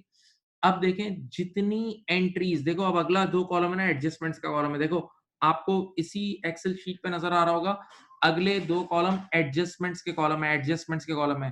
तो मैंने मेरे ख्याल से साथ आपके साथ मिलके जो रेड पेन से भी अभी मैंने अपने रेड पेन से एडजस्टिंग एंट्रीज बनाई थी, वो एडजस्टिंग एंट्रीज एक एक करके पोस्ट करनी है, वो एडजस्टिंग एंट्रीज एक एक करके पोस्ट करनी है। आपकी कॉपी पे आपने कॉपी की थी, देखो आप लोगों ने कॉपी की थी, नहीं की थी तो आप लोगों को क्या बोलूं यार, अब क्लास है यार। अगर आपने कॉपी नहीं किया तो आपसे ज्यादा शरीफ आदमी कोई नहीं है, अब यही बोल सकता हूँ। आपसे अच्छा आदमी कोई नहीं है अगर आपने वो कॉपी नहीं किया जो अभी मैंने लिखवाया था, सही? अब मेरी अर्ज सुने तो पॉइंट, क्योंकि अब वो चीज नजर नहीं आएगी, अब आपको फिर ओरली सुनना होगा अगर आपने नहीं लिखा तो, ठीक है? तो जितनी भी एडजस्टिंग एंट्रीज बनाई थी, जितनी भी एडजस्टिंग एंट्रीज बनाई थी, वो अब इस बीच के दो कॉलम, देखो ये बीच के दो कॉलम नजर आ रहे हैं, इनमें पोस्ट करूंगा। इनमें मैं वो एडजस्टिंग एंट्रीज बेटा आपके सामने पोस्ट करूंगा, आपके सामने पोस्ट करूंगा, सही है? चलो, अब मैं आपकी स्क्रीन, अब मैं अपनी वीडियो ऑफ कर रहा हूं और आपको अब सिर्फ स्क्रीन पे ये पूरा नजर आएगा, क्या कहते हैं, सेटअप। चलो आ जाओ, पहली एडजस्टिंग एंट्री जाके देख लो। पहली एडजस्टिंग एंट्री जहां तक मुझे याद है क्या बनी थी बताऊं? पहली एडजस्टिंग एंट्री बनी थी वेजेस डेबिट और परचेजेस क्रेडिट। पहली एडजस्टिंग एंट्री बनी थी वेजेस वेजेस वेजेस डेबिट और परचेजेस क्रेडिट। अब इधर आओ, देखो वेजेस कहाँ है, पॉइंट नंबर देखो, पॉइंट नंबर 16 में वेजेस लिखा हुआ है, पॉइंट नंबर 16 में वेजेस लिखा हुआ है, तो देखो एडजस्टमेंट के कॉलम में, सब देखें एडजस्टमेंट के कॉलम में 500 रुपए से वेजेस डेबिट कर दिए, देखो एडजस्टमेंट के कॉलम में 500 रुपए से वेजेस के सामने, वेजेस के सामने 500 रुपए डेबिट कर दिया। अब बताओ वेजेस डेबिट और परचेजेस क्या हुई थी, परचेजेस क्रेडिट हुई थी। देखो पॉइंट नंबर 14 के सामने, पॉइंट नंबर 14 के सामने परचेजेस के कॉलम में, पॉइंट नंबर 14 के सामने परचेजेस के सामने एडजस्टमेंट्स के कॉलम में 500 रुपए क्रेडिट। ये देख लो, ये एंट्री पोस्ट हो गई, ये देख लो एंट्री पोस्ट हो गई, रेलेवेंट सामने सामने देखें, वेजेस को डेबिट करा है, वेजेस को डेबिट करा है, परचेजेस को क्रेडिट किया है, वेजेस को डेबिट किया है और परचेजेस को क्रेडिट किया। बेटा अभी सब चीजें छोड़ के इधर देख लें, हर चीज से हट कट के क्वेश्चन को देखें, वेजेस डेबिट और परचेजेस क्रेडिट, पहली एंट्री पोस्ट हो गई। अब बच्चे ने कहा अब दूसरी जो दोनों एंट्रीज हैं, देखें पहली एंट्री तो ये थी, दूसरी दोनों एंट्रीज डेप्रिसिएशन की थी। एक डेप्रिसिएशन शॉप फिटिंग था, एक डेप्रिसिएशन शॉप फिटिंग था, याद है? और एक था डेप्रिसिएशन लीज होल्ड, एक डेप्रिसिएशन शॉप फिटिंग था और एक था लीज होल्ड, याद है? हाँ। अब मेरी अर्ज सुने, बच्चे ने कहा वो इस बार जो एंट्री है, अब जो करेक्टिंग एंट्री है जरा वो देखो, अब जो करेक्टिंग एंट्री है एक नजर देखो, वो है डेप्रिसिएशन एक्सपेंस डेबिट और एक्यूमुलेटेड डेप्रिसिएशन क्रेडिट। अब जो करेक्टिंग एंट्री है उसका नाम है डेप्रिसिएशन एक्सपेंस डेबिट और एक्यूमुलेटेड डेप्रिसिएशन क्रेडिट। नजर आ रही है एंट्री नंबर 2 और 3 जो मैंने बनवाई थी? बच्चे ने कहा ये जो तुमने सारे नाम लिखे हुए ना, ऑलरेडी जो ट्रायल बैलेंस आपने बनाया हुआ है, बेटा प्लीज मेरी बात सुने, बच्चे ने कहा ऑलरेडी जो तुमने ट्रायल बैलेंस बनाया हुआ है उसमें डेप्रिसिएशन एक्सपेंस का तो नाम ही नहीं है, ऑलरेडी जो तुमने ट्रायल बैलेंस बनाया हुआ है उसमें डेप्रिसिएशन एक्सपेंस का नाम ही नहीं है, देख लो 19वें नंबर तक नाम ही नहीं है। तो मैंने कहा अगर किसी चीज का नाम नहीं होगा ना, सुने, अगर किसी चीज का नाम नहीं होगा तो वो हम उसको अलग से इनकॉर्पोरेट करेंगे, हम खुद नीचे नाम लिखेंगे। चलो अब मैं नाम लिखना शुरू कर रहा हूँ, डेप्रिसिएशन एक्सपेंस का ऑलरेडी नाम ही नहीं तो मैं नाम लिखना शुरू कर रहा हूँ। देखो मैंने यहाँ लिखा डेप्रिसिएशन, ये देखें एक्सपेंसेस का नाम लिख दिया। अब देखो इधर आओ, मैं अब इधर पोस्ट करूंगा, एडजस्टमेंट के कॉलम में आया, आप लोग जरा डेप्रिसिएशन एक्सपेंस की एंट्री देखें, आप लोग देखें डेप्रिसिएशन एक्सपेंस 2 बार डेबिट हो रहा है, एंट्री नंबर 2 और 3 में। बेटा अपनी कॉपी अपने सामने रखें, एंट्री नंबर 2 में भी और 3 में भी डेप्रिसिएशन एक्सपेंस दोनों में डेबिट हो रहा है। एक बार डेप्रिसिएशन एक्सपेंस 450 से डेबिट हो रहा है और एक बार 2800 से, एक बार डेप्रिसिएशन एक्सपेंस 450 से डेबिट हो रहा है और एक बार 2800 से। बेटा दोनों को मिला लो, 450 और 2800, 450 और 2800 होता है 3250, 450 और 2800 हो रहा है 3250, ये डेबिट कर दिया। डेप्रिसिएशन एक्सपेंस के सामने, डेप्रिसिएशन एक्सपेंस के सामने एडजस्टमेंट के कॉलम में डेप्रिसिएशन एक्सपेंस डेबिट हो गया। बच्चे ने कहा उस्ताद ये डबल एंट्री तो अभी बैलेंस ही नहीं है, डबल एंट्री पूरी तो पोस्ट नहीं की। मैंने कहा मैं कर रहा हूँ। बच्चे ने कहा आपने डबल एंट्री पूरी पोस्ट नहीं की है। मैंने कहा मैं कर रहा हूँ, ठहरे तो सही। अब बताएं, खुद डेप्रिसिएशन एक्सपेंस डेबिट हो रहा था और एक्यूमुलेटेड डेप्रिसिएशन क्रेडिट हो रही थी। एक्यूमुलेटेड डेप्रिसिएशन क्या हो रही थी? क्रेडिट हो रही थी। अब बताओ, दो अलग अलग एक्यूमुलेटेड डेप्रिसिएशन है, दो अलग अलग एक्यूमुलेटेड डेप्रिसिएशन है। एक थी शॉप फिटिंग की, याद है? शॉप फिटिंग की एक्यूमुलेटेड डेप्रिसिएशन 450 से क्रेडिट हो रही थी। शॉप फिटिंग की एक्यूमुलेटेड डेप्रिसिएशन 450 से क्रेडिट हो रही थी। देखो, तो शॉप फिटिंग की एक्यूमुलेटेड डेप्रिसिएशन के सामने, शॉप फिटिंग की एक्यूमुलेटेड डेप्रिसिएशन के सामने एडजस्टमेंट के कॉलम में 450 क्रेडिट करा, और लीज होल्ड की एक्यूमुलेटेड डेप्रिसिएशन शायद 2800 से क्रेडिट हो रही थी। लीज होल्ड की एक्यूमुलेटेड डेप्रिसिएशन शायद 2800 से क्रेडिट हो रही थी, तो एक्यूमुलेटेड डेप्रिसिएशन लीज होल्ड के सामने 2800 क्रेडिट कर दिया। मेरे बच्चों, मैं तुम्हें एक निशानी बताता हूँ। अभी तक मैंने सिर्फ 3 एंट्रीज पोस्ट की हैं। देखें, एडजस्टमेंट के कॉलम में डेबिट और क्रेडिट साइड सेम है। एडजस्टमेंट के कॉलम में डेबिट और क्रेडिट साइड स्टिल सेम है, और हमेशा सेम होगी, क्योंकि आप डबल एंट्रीज पोस्ट कर रहे हो, क्योंकि आप डबल एंट्रीज पोस्ट कर रहे हो, आप डबल एंट्रीज पोस्ट कर रहे हो। देख लो भाई।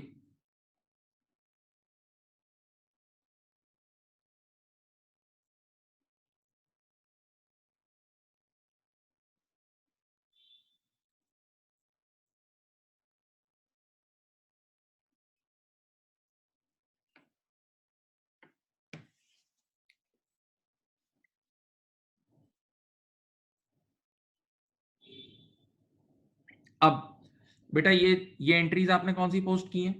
ये एंट्रीज जो आपने पोस्ट की हैं मेरे प्यारे बच्चों, ये एंट्रीज जो आपने पोस्ट की हैं, ये पहली 3 एंट्रीज पोस्ट हो चुकी हैं। पहली 3 एंट्रीज पोस्ट हो चुकी हैं। पहली 3 entries my dear students post हो चुकी हैं। अब बताओ, अब बेड डेट वाली एंट्री पोस्ट करते हैं। देखो, चौथी और पांचवी एंट्री बेड डेट की थी, चौथी और पांचवी बेड डेट की थी। बच्चे ने कहा सर वो बेड डेट वाली एंट्री में बेड डेट एक्सपेंस डेबिट हो रहा है ना। देखो, दोनों एंट्रीज में बेड डेट की, दोनों एंट्रीज में बेड डेट एक्सपेंस डेबिट हो रहा है। बेड डेट्स की दोनों एंट्रीज में बेड डेट एक्सपेंस डेबिट हो रहा है, लेकिन बच्चे ने मासूमियत से बोला उस्ताद, उस्ताद बेड डेट एक्सपेंस का तो नाम ही नहीं लिखा हुआ। ये सारी जो आपकी लिस्ट है, ये जो आपकी लिस्ट है, इसमें बेड डेट एक्सपेंस का नाम ही नहीं है। मैंने कहा आप क्यों डर रहे हैं, मैं इनकॉर्पोरेट कर लेता हूँ। जिस चीज का नाम नहीं होगा मैं अलग से नीचे लिख लूंगा। देखो, तो मैं अब नीचे आया, देखो इधर देखो, पॉइंट नंबर 21 पे आया इधर, और इधर मैंने लिखा है, देखो बेड डेट,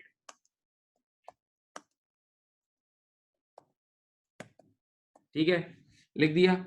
अब देखो इधर देखो, सामने देखें। यार तुमने जो 2 एंट्रीज बेड डेट की बनाई है, प्लीज मेरी बात सुने। तुमने जो 2 एंट्रीज बेड डेट की बनाई है, उन दोनों एंट्रीज में एक्सपेंस डेबिट हो रहा है। एक बार 2250 से डेबिट हो रहा है, एक बार एक्सपेंस 2250 से डेबिट हो रहा है, और एक बार 450 से डेबिट हो रहा है। एक बार एक्सपेंस 2250 से डेबिट हो रहा है, और एक बार 450 से। देख लो, 2250 और 450 को मिला लो, क्योंकि दोनों में बेड डेट डेबिट हो रहा है। 2250 और 450 गालिबन गालिबन 2700 रुपए होते हैं। ये देखो, ये देखो, ये देखो, 2700 रुपए से आपने बेड डेट एक्सपेंस डेबिट कर दिया। 2700 रुपए से बेड डेट एक्सपेंस डेबिट कर दिया, और पोस्ट भी कर दिया एडजस्टमेंट के कॉलम में। 2700 रुपए से बेड डेट एक्सपेंस को डेबिट करके पोस्ट कर दिया। बच्चे ने कहा एंट्री में कुछ क्रेडिट भी हो रहा था, एंट्री में कुछ क्रेडिट भी हो रहा था। मैंने कहा हाँ हाँ मुझे पता है, मुझे पता है। एंट्री में एक तो रिसीवेबल क्रेडिट हो रहा था, याद है? रिटर्न ऑफ की वजह से रिसीवेबल क्रेडिट हो रहा था। तो अब देखो, रिसीवेबल क्रेडिट हो रहा था 2250 से, रिसीवेबल क्रेडिट हो रहा था 2250 से। तो देखो पॉइंट नंबर 8 में, स्क्रीन पे देखो, पॉइंट नंबर 8 में रिसीवेबल के सामने 2250 क्रेडिट कर दो। पॉइंट नंबर 8 में रिसीवेबल के सामने 2250 क्रेडिट कर दो। हाँ, पक्का? उसके बाद अच्छा भाई, एक बार अलाउंस भी क्रेडिट हो रहा था। ये देखो, अलाउंस फॉर रिसीवेबल, देखो जो तुमने एंट्रीज बनाई थी उसमें अलाउंस फॉर रिसीवेबल 450 से क्रेडिट हो रहा था। अलाउंस फॉर रिसीवेबल 450 से क्रेडिट हो रहा था। ये देखो, अलाउंस फॉर रिसीवेबल के सामने 450 क्रेडिट कर दिया। अलाउंस फॉर रिसीवेबल के सामने 450 क्रेडिट कर दिया। आंखें खुली, आंखें और कान खुले, प्लीज प्लीज। बेटा आपने अभी तक बहुत सारी एंट्रीज पोस्ट कर दी हैं, और आप, मजे की बात यह है कि इन सब के होने के बावजूद आपका एडजस्टमेंट वाले दोनों कॉलम अभी भी बैलेंस है। एडजस्टमेंट के दोनों कॉलम अभी भी बैलेंस हैं। एडजस्टमेंट के दोनों कॉलम अभी भी बैलेंस हैं। ओके, सही। 30 सेकंड के लिए मैं चुप हूं, देख लो अभी तक एंट्रीज जो पोस्ट की हैं वो लिख दी है।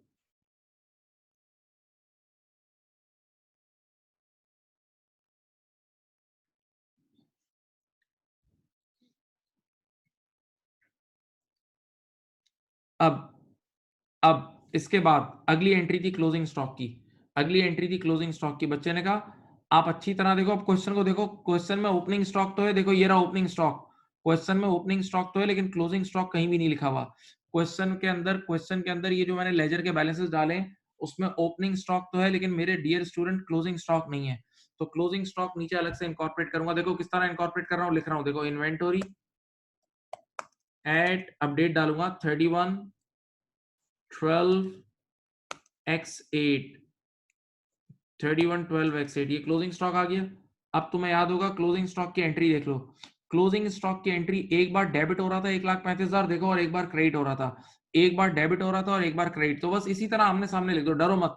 इसी तरह आमने सामने 1,35 लिख दो। याद रखना जो डेबिट वाला हिस्सा है वो बैलेंस शीट में पोस्ट हो जाएगा, जो डेबिट वाला हिस्सा है वो बैलेंस शीट में पोस्ट हो जाएगा, और जो क्रेडिट वाला हिस्सा है वो इनकम स्टेटमेंट में पोस्ट हो जाएगा। जो डेबिट वाला हिस्सा है वो बैलेंस शीट में पोस्ट हो जाएगा, और जो क्रेडिट वाला हिस्सा है वो इनकम स्टेटमेंट में पोस्ट हो जाएगा। आप बिल्कुल मत डरें, सही। तो ये देखो क्लोजिंग स्टॉक आपने लिख के पोस्ट कर दिया, क्लोजिंग स्टॉक आपने लिखकर ये पोस्ट कर दिया है, क्लोजिंग स्टॉक लिख के पोस्ट कर दिया है।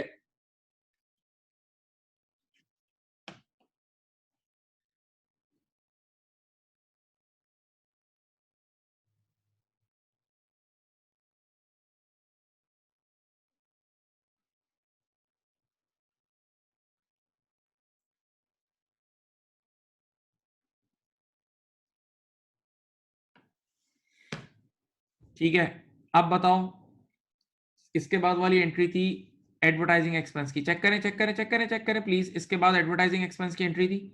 एडवर्टाइजिंग एक्सपेंस की एंट्री क्या थी, खुद एडवर्टाइजिंग एक्सपेंस डेबिट हो रहा था और एक्रूड लायबिलिटी क्रेडिट हो रही थी।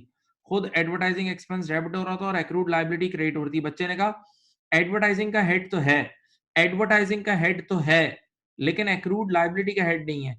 एडवर्टाइजिंग एक्सपेंस का हेड तो नजर आ रहा है, पॉइंट नंबर 17 देखो, पॉइंट नंबर 17 में एडवर्टाइजिंग एक्सपेंस का हेड तो है लेकिन एक्रूड लायबिलिटी का हेड नहीं है। तो मैं एक्रूड लायबिलिटी का हेड नीचे बना रहा हूँ, ये देखो एक्रूड लायबिलिटी का हेड नीचे बना रहा हूँ, सही है। चलो मैं पोस्टिंग करना सिखाऊं, इधर देखो खुद एक्रूड लायबिलिटी 540 से क्रेडिट हो जाएगी, खुद एक्रूड लायबिलिटी 540 से क्रेडिट हो जाएगी, और देखो इधर देखो ये एडवर्टाइजिंग एक्सपेंस के सामने, एडवर्टाइजिंग एक्सपेंस के सामने 540 रुपए डेबिट कर देना, सही है। देख लें एंट्री पूरी बन चुकी है, एडवर्टाइजिंग एक्सपेंस डेबिट और एक्रूड लायबिलिटी क्रेडिट एडजस्टमेंट के कॉलम में बन चुकी है, एडजस्टमेंट के कॉलम में बन चुकी है, एडजस्टमेंट के कॉलम में पोस्ट हो चुकी है। बोलो भाई।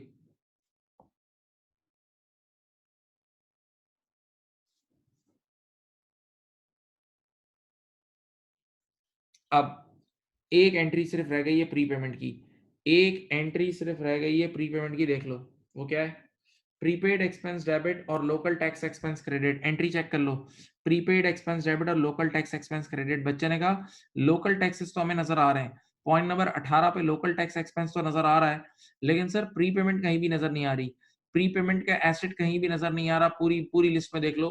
तो प्री पेमेंट का एसेट अलग से इनकॉर्पोरेट कर लेते हैं। देखो मैंने यहाँ लिखा प्रीपेड एसेट, ये देखो चलो पोस्टिंग करूं, क्या होगा, प्रीपेड एसेट को डेबिट हो रहा है और लोकल टैक्स का एक्सपेंस, ये देखो लोकल टैक्स के सामने 13। चलो भाई अल्हम्दुलिल्लाह सब पोस्टिंग हो गई, सारी पोस्टिंग कर दी, सारी की सारी पोस्टिंग हो चुकी है। चेक कर लें भाई, सारी की सारी पोस्टिंग कर चुका हूं, सारी की सारी पोस्टिंग कर चुका हूं एडजस्टमेंट के कॉलम में, एडजस्टमेंट के कॉलम में सारी की सारी पोस्टिंग कर चुका हूं। ठीक है, अब जरा मेरी तरफ देख के बात सुने, मैं थोड़ा सा 1 मिनट के लिए कैमरा ऑन कर रहा हूं। इधर देखें सामने देखें, सुनो बेटा, एक्सटेंडेड ट्रायल बैलेंस में होता क्या है, आपको एक pre closing trial balance given होता है, आपको एक pre closing trial balance given होता है जिसके आपने फर्स्ट 2 कॉलम्स बनाए। उसके बाद आपको कुछ एडजस्टमेंट्स गिवन होती हैं। आपने एडजस्टमेंट्स को लेके एडजस्टिंग एंट्रीज बना ली। एडजस्टमेंट्स की बेसिस पे एडजस्टिंग एंट्रीज बनाई और अब आपने क्या करना है बताऊं, इनकम स्टेटमेंट और बैलेंस शीट बनानी है। मेरा डायलॉग सुने। इनकम स्टेटमेंट और बैलेंस शीट बनानी है in the form of trial balance. Income statement और बैलेंस शीट बनानी है in the form of trial balance. सही है? रुके, अजान हो रही है।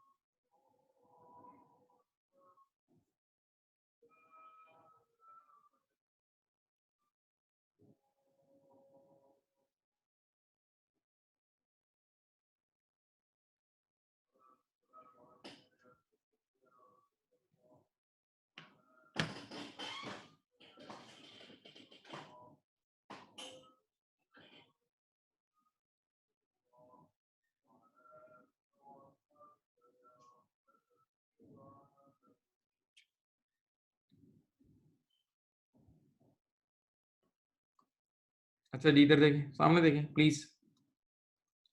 अब पॉइंट क्या है बेटा, आपने सबसे पहले ट्रायल बैलेंस जो आपको लेजर्स के बैलेंसेस गिवन थे पहले 2 कॉलम में सिर्फ वो कॉपी पेस्ट किए, क्वेश्चन से उठा के लिख दिया और कुछ भी नहीं किया। नंबर 2, आपको जो नीचे एडजस्टमेंट्स गिवन थी आपने उनकी एडजस्टिंग एंट्रीज बना दी और एडजस्टिंग एंट्रीज को बीच वाले एडजस्टमेंट के कॉलम में पोस्ट कर दिया। ठीक है, ये 2 काम कर लिए, प्लीज गौर से सुने। अब आपको क्या करना है बताऊं, अब आपको इनकम स्टेटमेंट और बैलेंस शीट बनानी है। मेरी तरफ देखें, इनकम स्टेटमेंट और बैलेंस शीट बनानी है ट्रायल बैलेंस की फॉर्म में। इनकम स्टेटमेंट और बैलेंस शीट बनानी है ट्रायल बैलेंस की फॉर्म में। सही है? तो देखो आगे आप इसको तरह से देखें, यहाँ देखें, आगे आपको इनकम स्टेटमेंट के भी मैंने 2 कॉलम नजर आ रहे होंगे, आपको इनकम स्टेटमेंट के भी 2 कॉलम नजर आ रहे हैं और एसओएफपी के भी। इनकम स्टेटमेंट के भी मैंने आगे 2 कॉलम बनाए हुए और एसओएफपी के वो मैं खुद पोस्ट करा दूंगा, आप बिल्कुल सुकून से बैठ जाएं। सही है? अब मेरी तरफ देखें, यहाँ देखें, आपने बचपन में जब आप छोटे थे तो मेजोरिटी को मैंने खुद पढ़ा है ALCER, ALCER, assets, liabilities, capital, expenses और revenue. Assets, liabilities, capital, expenses और रेवेन्यू। याद है? अब मेरी तरफ देखो और अपनी बेसिक नॉलेज सिर्फ मेरे साथ मिलकर अपनी बेसिक नॉलेज कंबाइन कर दो, तुम सीख जाओगे।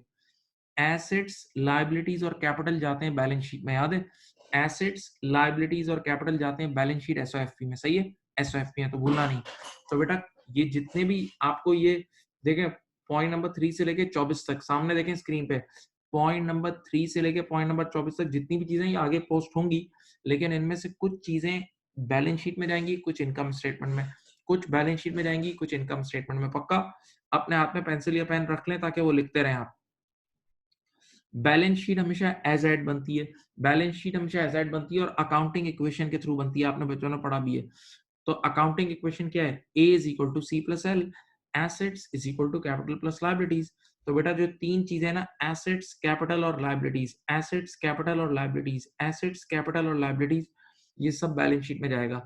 एसेट्स, कैपिटल और लाइबिलिटीज कहाँ जाएगा? बैलेंस शीट में जाएगा। सही है? अच्छा एक बच्चों वाली बात, एसेट का नेचर सबको पता है डेबिट है, तो एसेट एसओएफपी में डेबिट होगा, लिख लो कहीं। एसेट एसेट एसओएफपी में डेबिट होगा, जबकि लाइबिलिटीज और कैपिटल का नेचर क्रेडिट है।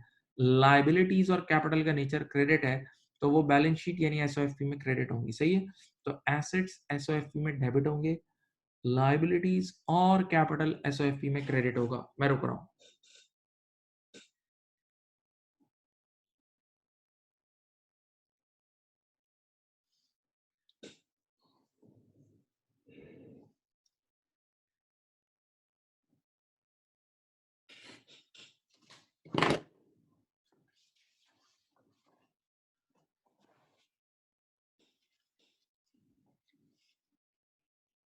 सही।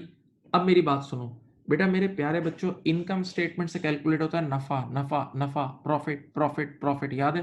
तो इनकम स्टेटमेंट में जाते हैं कमाई और खर्चे, इनकम और एक्सपेंसेस, इनकम और एक्सपेंसेस, इनकम और एक्सपेंसेस। तो इस लिस्ट में मेरे प्यारे प्यारे मासूम बच्चों, इस लिस्ट में इनकम स्टेटमेंट की जो भी चीजें यानी इनकम और एक्सपेंसेस है वो इनकम स्टेटमेंट में पोस्ट कर देना। इनकम स्टेटमेंट की जो भी चीजें हैं वो इनकम स्टेटमेंट में पोस्ट कर देना। सही है। अब एक बुनियादी मंतक सिखा दूं, बुनियादी बात। देखो, हर वो चीज जो कमाई है, इनकम है, फायदा है, वो क्रेडिट नेचर का होता है। याद है? इनकम और रेवेन्यू क्रेडिट नेचर का और एक्सपेंसेस डेबिट नेचर के होते हैं। तो इनकम स्टेटमेंट में इधर देखो, एक सिंपल उसूल सुन लो। हर वो चीज जो प्रॉफिट को बढ़ाएगी, हर वो चीज जो प्रॉफिट को बढ़ाएगी वो इनकम स्टेटमेंट में क्रेडिट होगी। सिंपल उसूल बता रहा हूँ। हर वो चीज जो प्रॉफिट को बढ़ाएगी वो इनकम स्टेटमेंट में क्रेडिट होगी, और हर वो चीज जो प्रॉफिट को घटाएगी वो इनकम स्टेटमेंट में डेबिट होगी। हर वो चीज जो प्रॉफिट को बढ़ाएगी वो इनकम स्टेटमेंट में क्रेडिट होगी, और हर वो चीज जो प्रॉफिट को घटाएगी वो इनकम स्टेटमेंट में डेबिट होगी, वो इनकम स्टेटमेंट में डेबिट होगी। सही है? ओके, ये बेसिक उसूल जहन में रख लें। ठीक है। अच्छा, अब आप बिल्कुल लेफ्ट टू राइट हर चीज लेके जाएंगे। तो अगर बीच में कहीं भी एडजस्टमेंट होगा तो उसको एडजस्ट जरूर कर लेना। कहीं भी एडजस्टमेंट होगा उसको एडजस्ट जरूर कर लेना, वो मैं आपके साथ साथ करता जाता हूँ। सही है? ओके, चलो अब आप लोग भी मेरे साथ दें, हम लोग मिलके काम करेंगे, सीख जाएंगे इंशाल्लाह। अब मैं जरा थोड़ी देर फिर कैमरा ऑफ कर रहा हूँ ताकि आप लोगों को फुल स्क्रीन पे, पूरी स्क्रीन पे आपको ये एक्सेल नजर आए, ताकि आप अच्छी तरह सीखें। सही है? सीख जाएंगे, कोई मुश्किल नहीं है। थोड़ा सा मेरा साथ दें बस। ये देखें भाई, सबसे पहला नाम क्या है? Shop fitting. सबसे पहला नाम है shop fitting at cost. Point number 3 पे जो लिखा हुआ है, सही है? ये एसेट है ना बेटा? ये एसेट सीधा कहां जाएगा? एसओएफपी में। देखो, मैंने एसओएफपी पे गया, एसओएफपी की डेबिट साइड पे गया, इक्वल टू का बटन दबाया, और यहां से लाके इस नंबर को ठक, देखो ये आ गया। इधर देख लो, ये आपके पास आ गया है भाई। बोलो भाई। ठीक है। अब बताओ, अगली चीज है सेकंड, इसके बाद वाला नंबर है एक्यूमुलेटेड डेप्रिसिएशन। एक्यूमुलेटेड डेप्रिसिएशन, बेटा दिमाग से सोचो। डेप इधर देखें, शॉप फिटिंग एसेट है ना, तो एक्यूमुलेटेड डेप्रिसिएशन कॉन्ट्रा एसेट है। शॉप फिटिंग एसेट है तो एक्यूमुलेटेड डेप्रिसिएशन कॉन्ट्रा एसेट है। कॉन्ट्रा एसेट है। अब दिमाग से सोचो, एसेट बैलेंस शीट में डेबिट हो रहा है, एसेट बैलेंस शीट में डेबिट हो रहा है तो कॉन्ट्रा एसेट बैलेंस शीट में क्रेडिट होगा। एसेट बैलेंस शीट में डेबिट हो रहा है तो कॉन्ट्रा एसेट बैलेंस शीट में क्या होगा? क्रेडिट होगा। हाँ, पक्का। अब इधर देखो, सामने देखो, बताओ। आपके पास ऑलरेडी ये कितना है? आपके पास ऑलरेडी ये 450 क्रेडिट पे, ये देखो ऑलरेडी 450 पे क्रेडिट पे है, और सामने सामने एडजस्टमेंट के कॉलम में, सामने एडजस्टमेंट के कॉलम में भी ये 450 क्रेडिट ही है।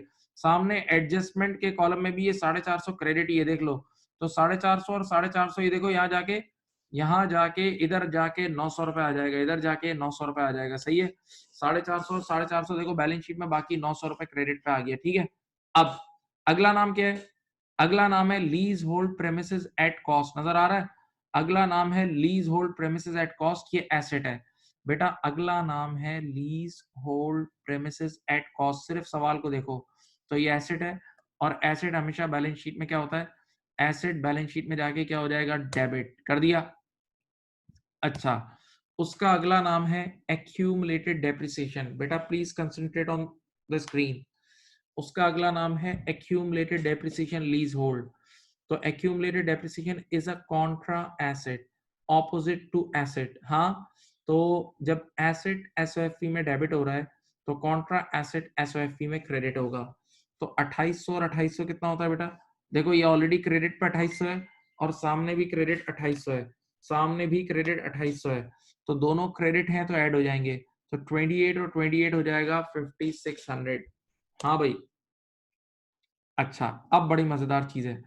अब आया रिसीवल। अब क्या चीज आई? रिसीव नहीं, इन्वेंटोरी आई। बेटा इन्वेंटोरी कौन सी आई है? ओपनिंग स्टॉक आई। अच्छी तरह डेट पढ़ लो। ओपनिंग स्टॉक आई है ना बेटा, आप कभी भी नहीं भूलना, opening stock cost of sale में जाता है, याद है? ओपनिंग स्टॉक पूरी क्लास मिलके सोचे और जरा थोड़ा सा एनालाइज करें। Opening stock cost of sale में जाता है और cost of sale income statement की चीज है। Opening stock cost of sale में जाता है और वो इनकम स्टेटमेंट की चीज है, तो इनकम स्टेटमेंट में जाएगा। सही है। और एक और बात बताऊं, ओपनिंग स्टॉक की वजह से आपने बचपन में एरर्स मेरे साथ पढ़े, ओपनिंग स्टॉक से प्रॉफिट गिरता है। ओपनिंग स्टॉक का प्रॉफिट से इनवर्स इनवर्स रिश्ता होता है, भूल गए। ओपनिंग स्टॉक का प्रॉफिट से हमेशा इनवर्स रिश्ता होता है, उसकी वजह से प्रॉफिट गिरता है ना। तो मैंने अभी बोला था, हर वो चीज जो प्रॉफिट को गिराएगी वो इनकम स्टेटमेंट में डेबिट होगी। हर वो चीज जो प्रॉफिट को गिराएगी वो इनकम स्टेटमेंट में डेबिट होगी। देखो इनकम स्टेटमेंट में डेबिट कर दिया है, इनकम स्टेटमेंट में डेबिट कर दिया है, इनकम स्टेटमेंट में डेबिट कर दिया है। हाँ हाँ भाई देख लो। अब उसके बाद अगला नाम है रिसीवेबल्स। अगला नाम है रिसीवेबल्स। बेटा बगैर किसी इख्तलाफ के रिसीवेबल एसेट है, बगैर किसी इख्तलाफ के रिसीवेबल एसेट है। इधर देख लो। तो अब रिसीवेबल में क्या होगा बेटा, एसेट हमेशा बैलेंस शीट में डेबिट होता है, एसेट हमेशा बैलेंस शीट में डेबिट होता है। लेकिन एक मजे की बात सुनो, ट्रायल बैलेंस में रिसीवेबल डेबिट साइड पे, ट्रायल बैलेंस में रिसीवेबल डेबिट साइड पे, और वहां सामने एडजस्टमेंट के कॉलम में क्रेडिट साइड पे। ट्रायल बैलेंस पे रिसीवेबल डेबिट साइड पे और एडजस्टमेंट के कॉलम में क्रेडिट साइड पे। तो डेबिट्स और क्रेडिट आपस में एक दूसरे को कैंसिल कर देंगे, डेबिट्स और क्रेडिट्स आपस में एक दूसरे को कैंसिल कर देंगे। तो चलो करो, अपने पास कैलकुलेटर में करके देख लो। 240750 माइनस 2250, 240750 माइनस 2250, ये होता है 238, ये होता है 238500, ये होता है 238500, ये होता है 238500, ये होता है 238,500। ऐसा ही है। हाँ अच्छा बेटा, जब हमारा रिसीवेबल एसेट है, आराम से सुनो, रिसीवेबल हमारा एसेट है, तो अलाउंस फॉर रिसीवेबल हमारा कॉन्ट्रा एसेट है। अलाउंस फॉर रिसीवेबल हमारा कॉन्ट्रा एसेट है, याद है। तो एसेट जब बैलेंस शीट में डेबिट हो रहा है तो कॉन्ट्रा एसेट बैलेंस शीट में क्रेडिट होगा। एसेट जब बैलेंस शीट में डेबिट हो रहा है तो कॉन्ट्रा एसेट बैलेंस शीट में क्या होगा, क्रेडिट होगा। अब जरा सुने, इधर देखें, ऑलरेडी ऑलरेडी इधर देखें, allowance for receivable credit side पे 4320, already allowance for receivable credit side पे है 4320। सही है। और सामने भी देखो क्रेडिट ही है, सामने भी देखो क्रेडिट है, तो यहां भी क्रेडिट है, सामने भी क्रेडिट है, तो दोनों क्रेडिट और क्रेडिट ऐड हो जाएंगे, दोनों क्रेडिट और क्रेडिट ऐड हो जाएंगे। करो 4320 प्लस 450 कर लो, ये हो जाएगा 4770, ये हो जाएगा 4770। सही है, ये हो जाएगा 4770। देख लें बेटा, आराम से, आराम से देख लें।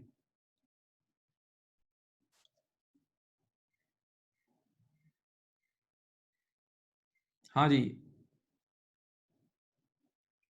अब इधर देखें, अगला नाम है कैश इन हैंड। अगला नाम है कैश इन हैंड, बगैर किसी इख्तलाफ के कैश एसेट है, बगैर किसी इख्तलाफ के कैश एसेट है। और एसेट हमेशा बैलेंस शीट के डेबिट साइड पे आता है, एसेट हमेशा बैलेंस शीट की एसओएफपी की डेबिट साइड पे आता है। हाँ फिर cash in the bank, cash in the bank, bank भी हमारा एसेट है, बगैर किसी इख्तलाफ के बैंक भी एसेट है, बैंक भी बैलेंस शीट की डेबिट साइड पे जाएगा। सही। फिर पेबल्स, पेबल्स बगैर किसी इख्तलाफ के पेबल इज अ लायबिलिटी, बिला इख्तलाफ पेबल लायबिलिटी है, बिला इख्तलाफ पेबल लायबिलिटी। और अभी बताया था कि लायबिलिटी बैलेंस शीट में क्रेडिट होती है, अभी बताया था कि लायबिलिटी खुद बैलेंस शीट में क्या होती है, क्रेडिट होती है। तो 292,500, 292,500 बैलेंस शीट में क्रेडिट हो जाएगा। हाँ फिर अगला नाम है कैपिटल, अगला नाम है कैपिटल। कैपिटल भी बैलेंस शीट के आइटम है, कैपिटल भी बैलेंस शीट के आइटम है, और कैपिटल का नेचर क्रेडिट होता है। कैपिटल का नेचर क्या होता है भाई, क्रेडिट होता है। तो ये देखो, इसको बैलेंस शीट में भी आपके सामने से बैलेंस शीट में क्रेडिट कर देंगे, आपके सामने से बैलेंस शीट में क्रेडिट कर देंगे। सही है। हाँ भाई देखते रहो, अच्छी तरह देखते रहो। उसके बाद अब आ गया, देखो अगला नंबर है परचेजेस का। किसका नंबर है, परचेजेस। बेटा आंखें खोलो, बचपन में मैंने खुद पढ़ा है, परचेजेस एक्सपेंस होता है, परचेजेस एक्सपेंस होता है और परचेजेस इनकम स्टेटमेंट में जाता है, परचेजेस एक्सपेंस होता है और इनकम स्टेटमेंट में जाता है। सही है। और परचेजेस जब एक्सपेंस है तो वो प्रॉफिट को गिराएगा, परचेजेस जब एक्सपेंस है तो वो प्रॉफिट को गिराएगा। तो हर वो चीज जो प्रॉफिट को गिराती है वो इनकम स्टेटमेंट में डेबिट होती है। सही है। तो अब देखें, परचेजेस ऑलरेडी डेबिट साइड पे 459 है, देखो परचेजेस ऑलरेडी डेबिट साइड पे 459 है, और सामने एक एडजस्टमेंट क्रेडिट की है। देखें परचेजेस ऑलरेडी डेबिट साइड पे 459 है और सामने एक एडजस्टमेंट क्रेडिट की है, तो डेबिट और क्रेडिट आपस में एक दूसरे को कैंसिल आउट कर देंगे। डेबिट और क्रेडिट आपस में एक दूसरे को कैंसिल आउट कर देंगे, तो ये हो जाएगा 458,500। ये 458,500 आपके पास नेट ऑफ होके आ जाएगा। 458,500 आपके पास नेट ऑफ होके आ जाएगा। हाँ भाई, अब अगला नाम है सेल्स। बगैर किसी इख्तलाफ के सेल्स सबसे बड़ी कमाई होती है, सबसे बड़ी इनकम होती है और इनकम से प्रॉफिट बढ़ता है। इनकम से प्रॉफिट बढ़ता है और सेल्स इनकम स्टेटमेंट की चीज होती है। प्रॉफिट बढ़ा रही है, सेल्स कमाई है, तो इनकम स्टेटमेंट में क्रेडिट हो जाएगी। इनकम स्टेटमेंट में क्रेडिट हो जाएगी। सेल्स आपके मेरे प्यारे बच्चों इनकम स्टेटमेंट में क्रेडिट हो जाएगी। सही है।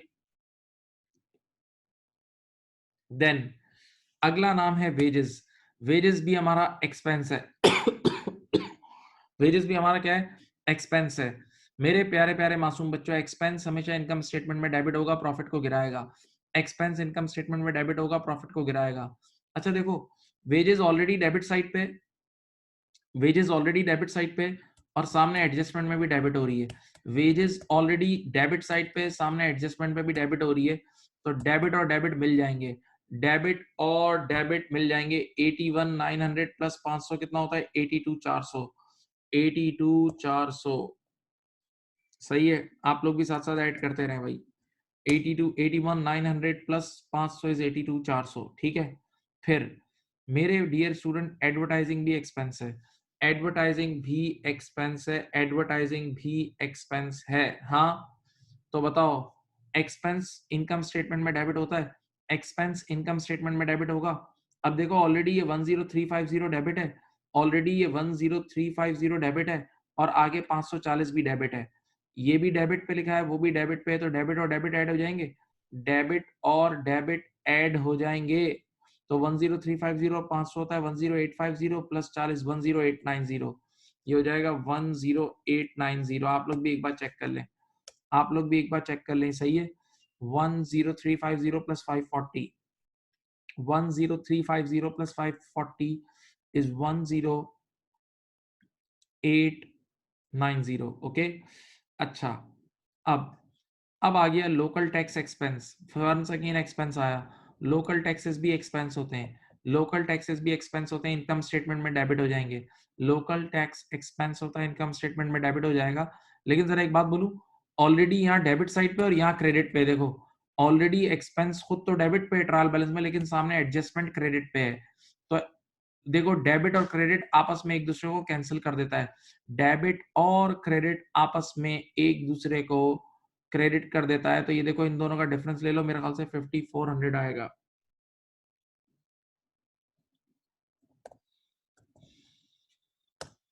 इन दोनों का डिफरेंस मेरे प्यारे बच्चों 5400 आएगा। इन दोनों का डिफरेंस 5400 आएगा। ऐसा ही है। हाँ भाई। अब इधर देखें, इधर देखें, सामने देखें। उसके बाद अगला नाम है बैंक चार्जेस। अगला नाम है बैंक चार्जेस। बगैर किसी इख्तलाफ के बैंक चार्जेस एक्सपेंस है। बगैर किसी इख्तलाफ के बैंक चार्जेस बेटा क्या है? एक्सपेंस है। और एक्सपेंस इनकम स्टेटमेंट में डेबिट होता है। एक्सपेंस इनकम स्टेटमेंट में डेबिट होता है। सही है। फिर डेप्रिसिएशन एक्सपेंस, मुंह से कह रहा है मैं एक्सपेंस हूं।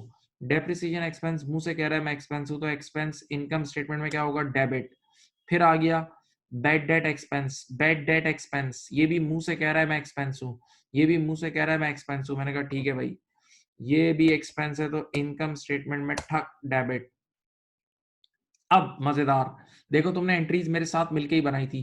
क्लोजिंग स्टॉक आप सबको पता है। इधर देखो, क्लोजिंग स्टॉक ईयर एंड पे दो जगह जाता है। क्लोजिंग स्टॉक ईयर एंड पे दो जगह जाता है। एक तो क्लोजिंग स्टॉक ईयर एंड का एसेट होता है, एक तो क्लोजिंग स्टॉक ईयर एंड का एसेट होता है। तो बैलेंस शीट में देखो डेबिट हो गई, डेबिट वाला हिस्सा बैलेंस शीट में डेबिट। और दूसरा बताऊं, क्लोजिंग स्टॉक इनकम स्टेटमेंट में भी जाता है। क्लोजिंग स्टॉक, सब बच्चे सोचो मिलके, सब बच्चे प्लीज सोच लो, क्लोजिंग स्टॉक इनकम स्टेटमेंट में भी जाता है। और याद करो, क्लोजिंग स्टॉक का प्रॉफिट से डायरेक्ट रिश्ता होता है। क्लोजिंग स्टॉक का प्रॉफिट से डायरेक्ट डायरेक्ट डायरेक्ट रिश्ता होता है। क्लोजिंग स्टॉक का प्रॉफिट से डायरेक्ट रिश्ता होता है, तो वो बेटा आपके आपकी इनकम स्टेटमेंट में क्रेडिट। क्लोजिंग स्टॉक की वजह से प्रॉफिट बढ़ता है, सोच लो। क्लोजिंग स्टॉक का प्रॉफिट से डायरेक्ट रिश्ता होता है तो इनकम स्टेटमेंट में क्रेडिट, और यही मैंने एंट्री में लिखवाया था, जाके देख लो। जो मैंने तुम लोगों में से जिन्होंने एंट्री कॉपी की है उनके पास यही लिखा हुआ होगा। हो गया भाई। उसके बाद अगला नाम है, मुंह से कह रहा है लायबिलिटी, एक्रूड लायबिलिटी। अगला नाम क्या है? Accrued liability. बेटा अभी बोला था कि लायबिलिटी बैलेंस शीट में क्रेडिट होती है, अभी बताया था कि लायबिलिटी बैलेंस शीट में क्रेडिट होती है, सही है। फिर अगला नाम है प्रीपेड एसेट। अगला नाम है प्रीपेड एसेट। सबको बता चुका हूं कि एसेट बैलेंस शीट में डेबिट होता है, एसेट एसओएफपी में डेबिट होता है। मेरे डियर स्टूडेंट, मैंने हर चीज पोस्ट कर ली है, मैंने हर चीज पोस्ट कर ली है, आपके सामने पोस्ट किए, कुछ भी छुप छुप के काम नहीं हुआ, सब कुछ तुम्हारे सामने हुआ है, सब कुछ तुम्हारे सामने हुआ है। एक नजर देख लो, मैं चुप हूं, 1 मिनट चुप हूं, देख लो।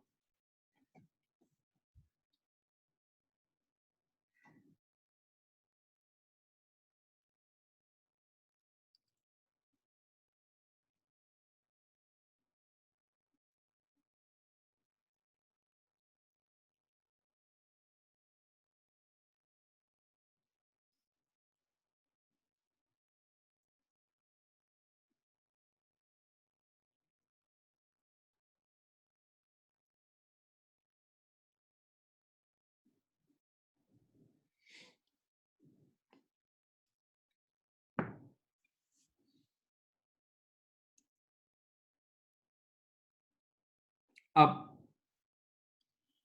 यहां देखें बेटा, अब मुझे निकालना है इनकम स्टेटमेंट का प्रॉफिट। देखो मैं अब इनकम स्टेटमेंट का प्रॉफिट देखें, अब आप आंखें खोल लें थोड़ी देर के लिए, सब आंखें खोलें।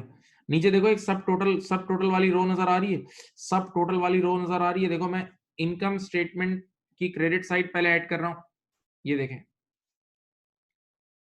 इनकम स्टेटमेंट की क्रेडिट साइड पे बस ये दो चीजें हैं, देखो ये दो चीजें, ये भी मैंने ऐड की, ये देखो। और डेबिट साइड पे जो कुछ है वो भी मैं ऐड कर रहा हूँ, ये देखो मैं डेबिट साइड पे भी जो कुछ है वो मैं ऐड कर रहा हूँ। सब बच्चे यहाँ देखें, इनकम स्टेटमेंट की डेबिट साइड पे जो कुछ है वो सब मैं ऐड कर रहा हूँ, सब बच्चे देख लें। बताओ, आंखें खोलो, क्रेडिट साइड कितनी है? क्रेडिट साइड 715 आई है और डेबिट साइड आई है 681040। क्रेडिट साइड 715 और डेबिट साइड 681040। थोड़ी देर के लिए प्लीज यहाँ देख लें, यहाँ देखें। एक बात कभी नहीं भूलना, इनकम स्टेटमेंट की क्रेडिट साइड का मतलब फायदा। बेटा इधर देखें, इनकम स्टेटमेंट की क्रेडिट साइड का मतलब देखो फायदा है, फायदा है। इनकम स्टेटमेंट की क्रेडिट साइड का मतलब बेनिफिट, और डेबिट साइड का मतलब खर्चे। तो देखें, चाहो तो लिख लो, इनकम स्टेटमेंट में कभी भी क्रेडिट ज्यादा आएगा डेबिट कम आएगा तो प्रॉफिट होगा, इनकम स्टेटमेंट में क्रेडिट ज्यादा आएगा डेबिट कम आएगा तो नफा होगा, सीधी बात है। क्रेडिट साइड का मतलब यहाँ रेवेन्यूज है, कमाई है, तो कमाई ज्यादा है, कमाई ज्यादा है और खर्चे कम है, कमाई ज्यादा है और खर्चे कम है, कमाई ज्यादा है और खर्चे कम है, कमाई ज्यादा है और खर्चे कम है, सही है। तो बेटा प्रॉफिट आएगा, तो मेरे प्यारे प्यारे बच्चों प्रॉफिट आएगा, कमाई ज्यादा है खर्चे कम है तो ऑटोमेटिकली प्रॉफिट आ जाएगा भाई। तो अब देखो प्रॉफिट कैसे निकालेंगे, प्रॉफिट इधर देखो, डेबिट साइड कम है, क्रेडिट ज्यादा है डेबिट कम है, क्रेडिट ज्यादा है डेबिट कम है। तो बताओ इन दोनों का डिफरेंस मैं निकाल रहा हूँ, ये देख लें, इन दोनों का मैं डिफरेंस निकाल रहा हूँ। 715 माइनस कितना है,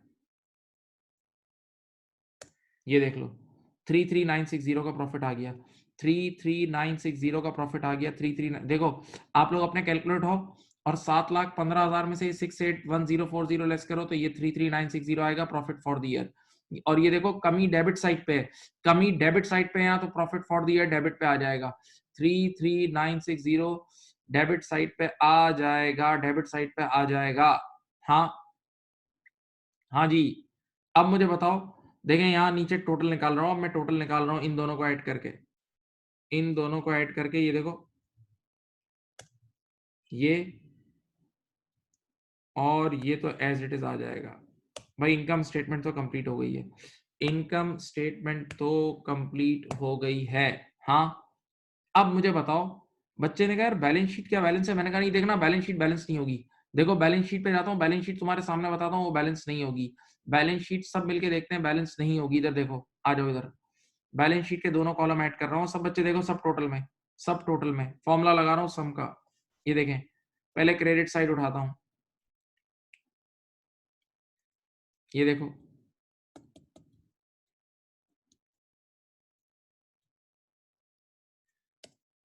424310।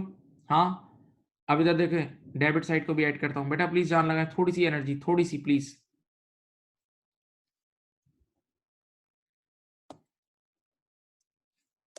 देखा, यहां देख लें, बैलेंस शीट की भी देखो, दोनों साइड सेम नहीं है, बैलेंस शीट ऑलरेडी बैलेंस नहीं आ रही है, बैलेंस शीट ऑलरेडी बैलेंस नहीं आ रही। देखो डेबिट साइड ज्यादा है, क्रेडिट कम है, डेबिट ज्यादा है, क्रेडिट कम है, डेबिट ज्यादा है, क्रेडिट कम है। अब मैं तुम्हें एक बड़ी जबरदस्त बात बताने जा रहा हूं, अल्लाह करे तुम समझ जाओ। बेटा बैलेंस शीट बैलेंस इसलिए नहीं हो रही, मेरे बच्चों प्लीज थोड़ी देर मेरी तरफ, थोड़ी सी देर मेरी तरफ, मैं दलील के साथ बात कर रहा हूं। बैलेंस शीट बैलेंस इसलिए नहीं हो रही क्योंकि आप आंखें खोल के जरा पॉइंट नंबर 13 जो मैंने मेरी स्क्रीन पे पॉइंट नंबर 13 आ रहा है उसको देख लो। कैपिटल जो गिवन है वो ओपनिंग कैपिटल है। आप कैपिटल के साथ डेट पढ़ें, कैपिटल के साथ डेट लिखी हुई है 11x8, कैपिटल के साथ डेट लिखी हुई है 11x8, यानी बैलेंस शीट में तुमने ऑलरेडी जो कैपिटल पोस्ट किया था वो ओपनिंग कैपिटल है बेटा। जबकि तुम बैलेंस शीट ईयर एंड पे बना रहे हो, सब मिलके सोचो, बैलेंस शीट में जो ऑलरेडी कैपिटल पोस्टेड है वो ओपनिंग कैपिटल है, जबकि तुम बैलेंस शीट ईयर एंड पे बना रहे हो। तो बेटा याद करो, मैं ही वो इंसान हूं जिसने तुम्हें इनकम्प्लीट रिकॉर्ड्स पढ़ाया था। इनकम्प्लीट रिकॉर्ड्स याद है? उसमें मैंने जब कैपिटल वाला चैप्टर पढ़ाया था तो डब्बे बनाए थे, याद नहीं है? भूल गए तुम? तो याद करो, क्लोजिंग कैपिटल का फॉर्मूला क्या लिखवाया था? Opening capital add net profit less drawings, याद है? Closing capital is equal to opening capital add net profit less drawings, ये फॉर्मूला लिखवाया था। भूल गए हो यार? लिख लो, जहां भी बैठे हो पहले फिजिकली लिखो तो याद आएगा। लिखो, closing capital equals opening capital add net profit less drawings, ये लिखो, तुम्हें याद आएगा। लिखोगे तो याद आएगा। लिखो, closing capital is equal to opening capital add net profit less drawings, याद है? ड्रॉइंग्स तो इस सवाल में है नहीं, छोड़ दो। तो अगर तुम ओपनिंग कैपिटल और नेट प्रॉफिट को ऐड करोगे, सिर्फ टेक्निकली सोचो, सिर्फ सोचो तो सही, ओपनिंग कैपिटल और नेट प्रॉफिट को ऐड करोगे, ओपनिंग कैपिटल और नेट प्रॉफिट को ऐड करोगे, ऑटोमेटिकली क्लोजिंग कैपिटल बन जाएगा। ओपनिंग कैपिटल और नेट प्रॉफिट को ऐड करोगे तो automatically you will get closing capital, yes और नो? तो बस आपकी बैलेंस शीट में ओपनिंग कैपिटल पोस्ट हुआ है, प्रॉफिट तो पोस्ट नहीं हुआ हुआ ना। आपकी बैलेंस शीट में ओपनिंग कैपिटल ऑलरेडी नजर आ रहा है लेकिन प्रॉफिट तो नहीं है ना। तो जैसे ही आप प्रॉफिट इस क्रेडिट साइड पे ऐड करोगे ना, बैलेंस शीट की क्रेडिट साइड पे जैसे ही आप प्रॉफिट ऐड करोगे, काम तमाम हो जाएगा। बैलेंस शीट की क्रेडिट साइड पे जैसे ही तुम यहाँ प्रॉफिट ऐड करोगे तो ऑटोमेटिकली क्लोजिंग कैपिटल खुद ही बन जाएगा। तो ये देखो, जो प्रॉफिट फॉर द ईयर है, तो देखें, सब सब देखें, प्रॉफिट फॉर द ईयर कितना था? 33960। प्रॉफिट फॉर द ईयर था, ये देखो प्रॉफिट, मैं स्क्रीन ऑफ, अपनी camera off, profit for the year था 33960। ये तुम सिर्फ एक बार मेरे बच्चों, एक बार तुम यहाँ ले आओ, बैलेंस शीट की क्रेडिट साइड पे ले आओ, बैलेंस शीट भी बैलेंस हो जाएगी, बैलेंस शीट भी बैलेंस हो जाएगी, क्योंकि प्रॉफिट भी तो ओनर का ही होता है, याद है? तो प्रॉफिट कैपिटल में जाके ऐड होता है, प्रॉफिट कैपिटल में जाके ऐड होता है। हाँ, तो यहाँ देखो, मैं एक बार फिर याद दिला दूं, देखो तुम्हारे पास ये देखो 1,20,000, ये तुम्हारा ओपनिंग कैपिटल था, मैं इसको हाईलाइट कर रहा हूँ। 1,20,000 तुम्हारा ओपनिंग कैपिटल था, और ये देखो ये है तुम्हारा प्रॉफिट फॉर द ईयर 33960, नजर आ रहा है? तो ओपनिंग कैपिटल में प्रॉफिट ऐड होगा तो खुद ब खुद, अब देखो इंशाल्लाह जादू होता है, जादू देखो, तुम्हारी बैलेंस शीट बैलेंस कर देता हूँ। इधर देखो, ये देखो 424 में ये ऐड करा, और इधर इसको भी, ये लो भाई, ये गेम तुम्हारी बैलेंस हो गई है, ये गेम तुम्हारी बैलेंस हो गई है। सवाल दी एंड, खत्म शद दी एंड, सवाल एंड हो चुका है, सवाल प्रॉपर एंड हो चुका है। तो बेटा अब एक बात नहीं भूलना कि जब इनकम स्टेटमेंट में प्रॉफिट और लॉस निकाल रहे हो ना, तो अगर इनकम स्टेटमेंट की क्रेडिट साइड जो कि फायदे वाली साइड है, क्रेडिट साइड ज्यादा आए, डेबिट कम आए तो प्रॉफिट होगा, क्रेडिट ज्यादा आए, डेबिट कम आए तो प्रॉफिट होगा, और अगर डेबिट ज्यादा आए और क्रेडिट कम होगा तो लॉस होगा, ये मत भूलना। डेबिट ज्यादा आए और क्रेडिट कम आए तो लॉस होगा, सही है? और लॉस फिर क्रेडिट ऑपोजिट साइड पे आएगा, जिस साइड पे प्रॉफिट लिखा है ना उसका बिल्कुल उल्टा ट्रीटमेंट होगा। जो प्रॉफिट का ट्रीटमेंट हो रहा है, लॉस का ट्रीटमेंट उसका बिल्कुल उल्टा ट्रीटमेंट होगा।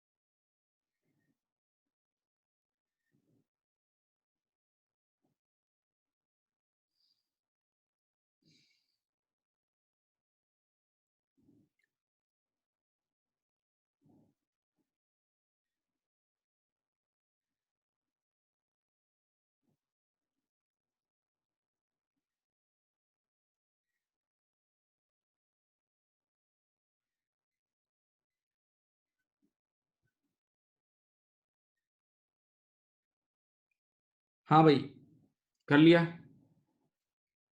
बताएं।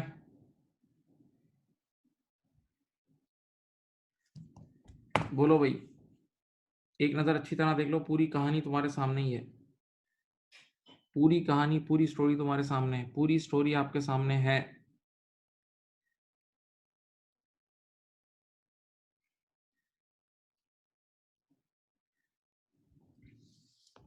बोलो भाई, ये आज इसका हमने पहला सवाल किया है, ये इसका फर्स्ट क्वेश्चन हमने किया है।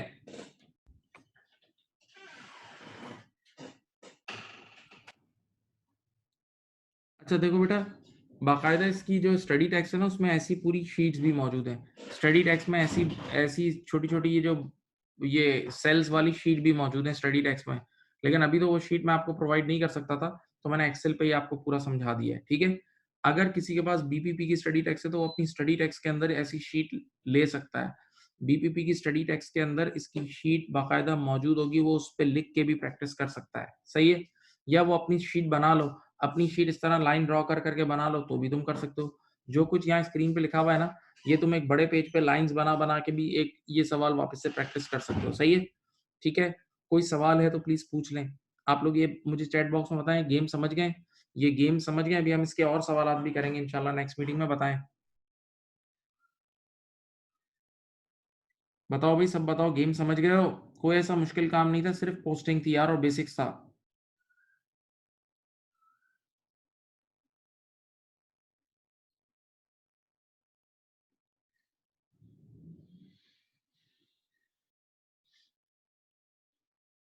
मैं इंशाल्लाह बेफिक्र हो जाओ, नेक्स्ट मीटिंग में इसका बताता हूँ। एग्जाम में इसके छोटे छोटे एमसीक्यूज आते हैं, वो पूछता है भाई ये डेप्रिसिएशन एक्सपेंस की एंट्री किन सेल्स में पोस्ट होगी, ये कहाँ पोस्ट होगी, क्या चीज़ इनकम स्टेटमेंट में जाएगी, क्या बैलेंस शीट में जाएगी। तो बहुत आसान सवाल आते हैं, कोई इतना मुश्किल नहीं आता इसका, सही है।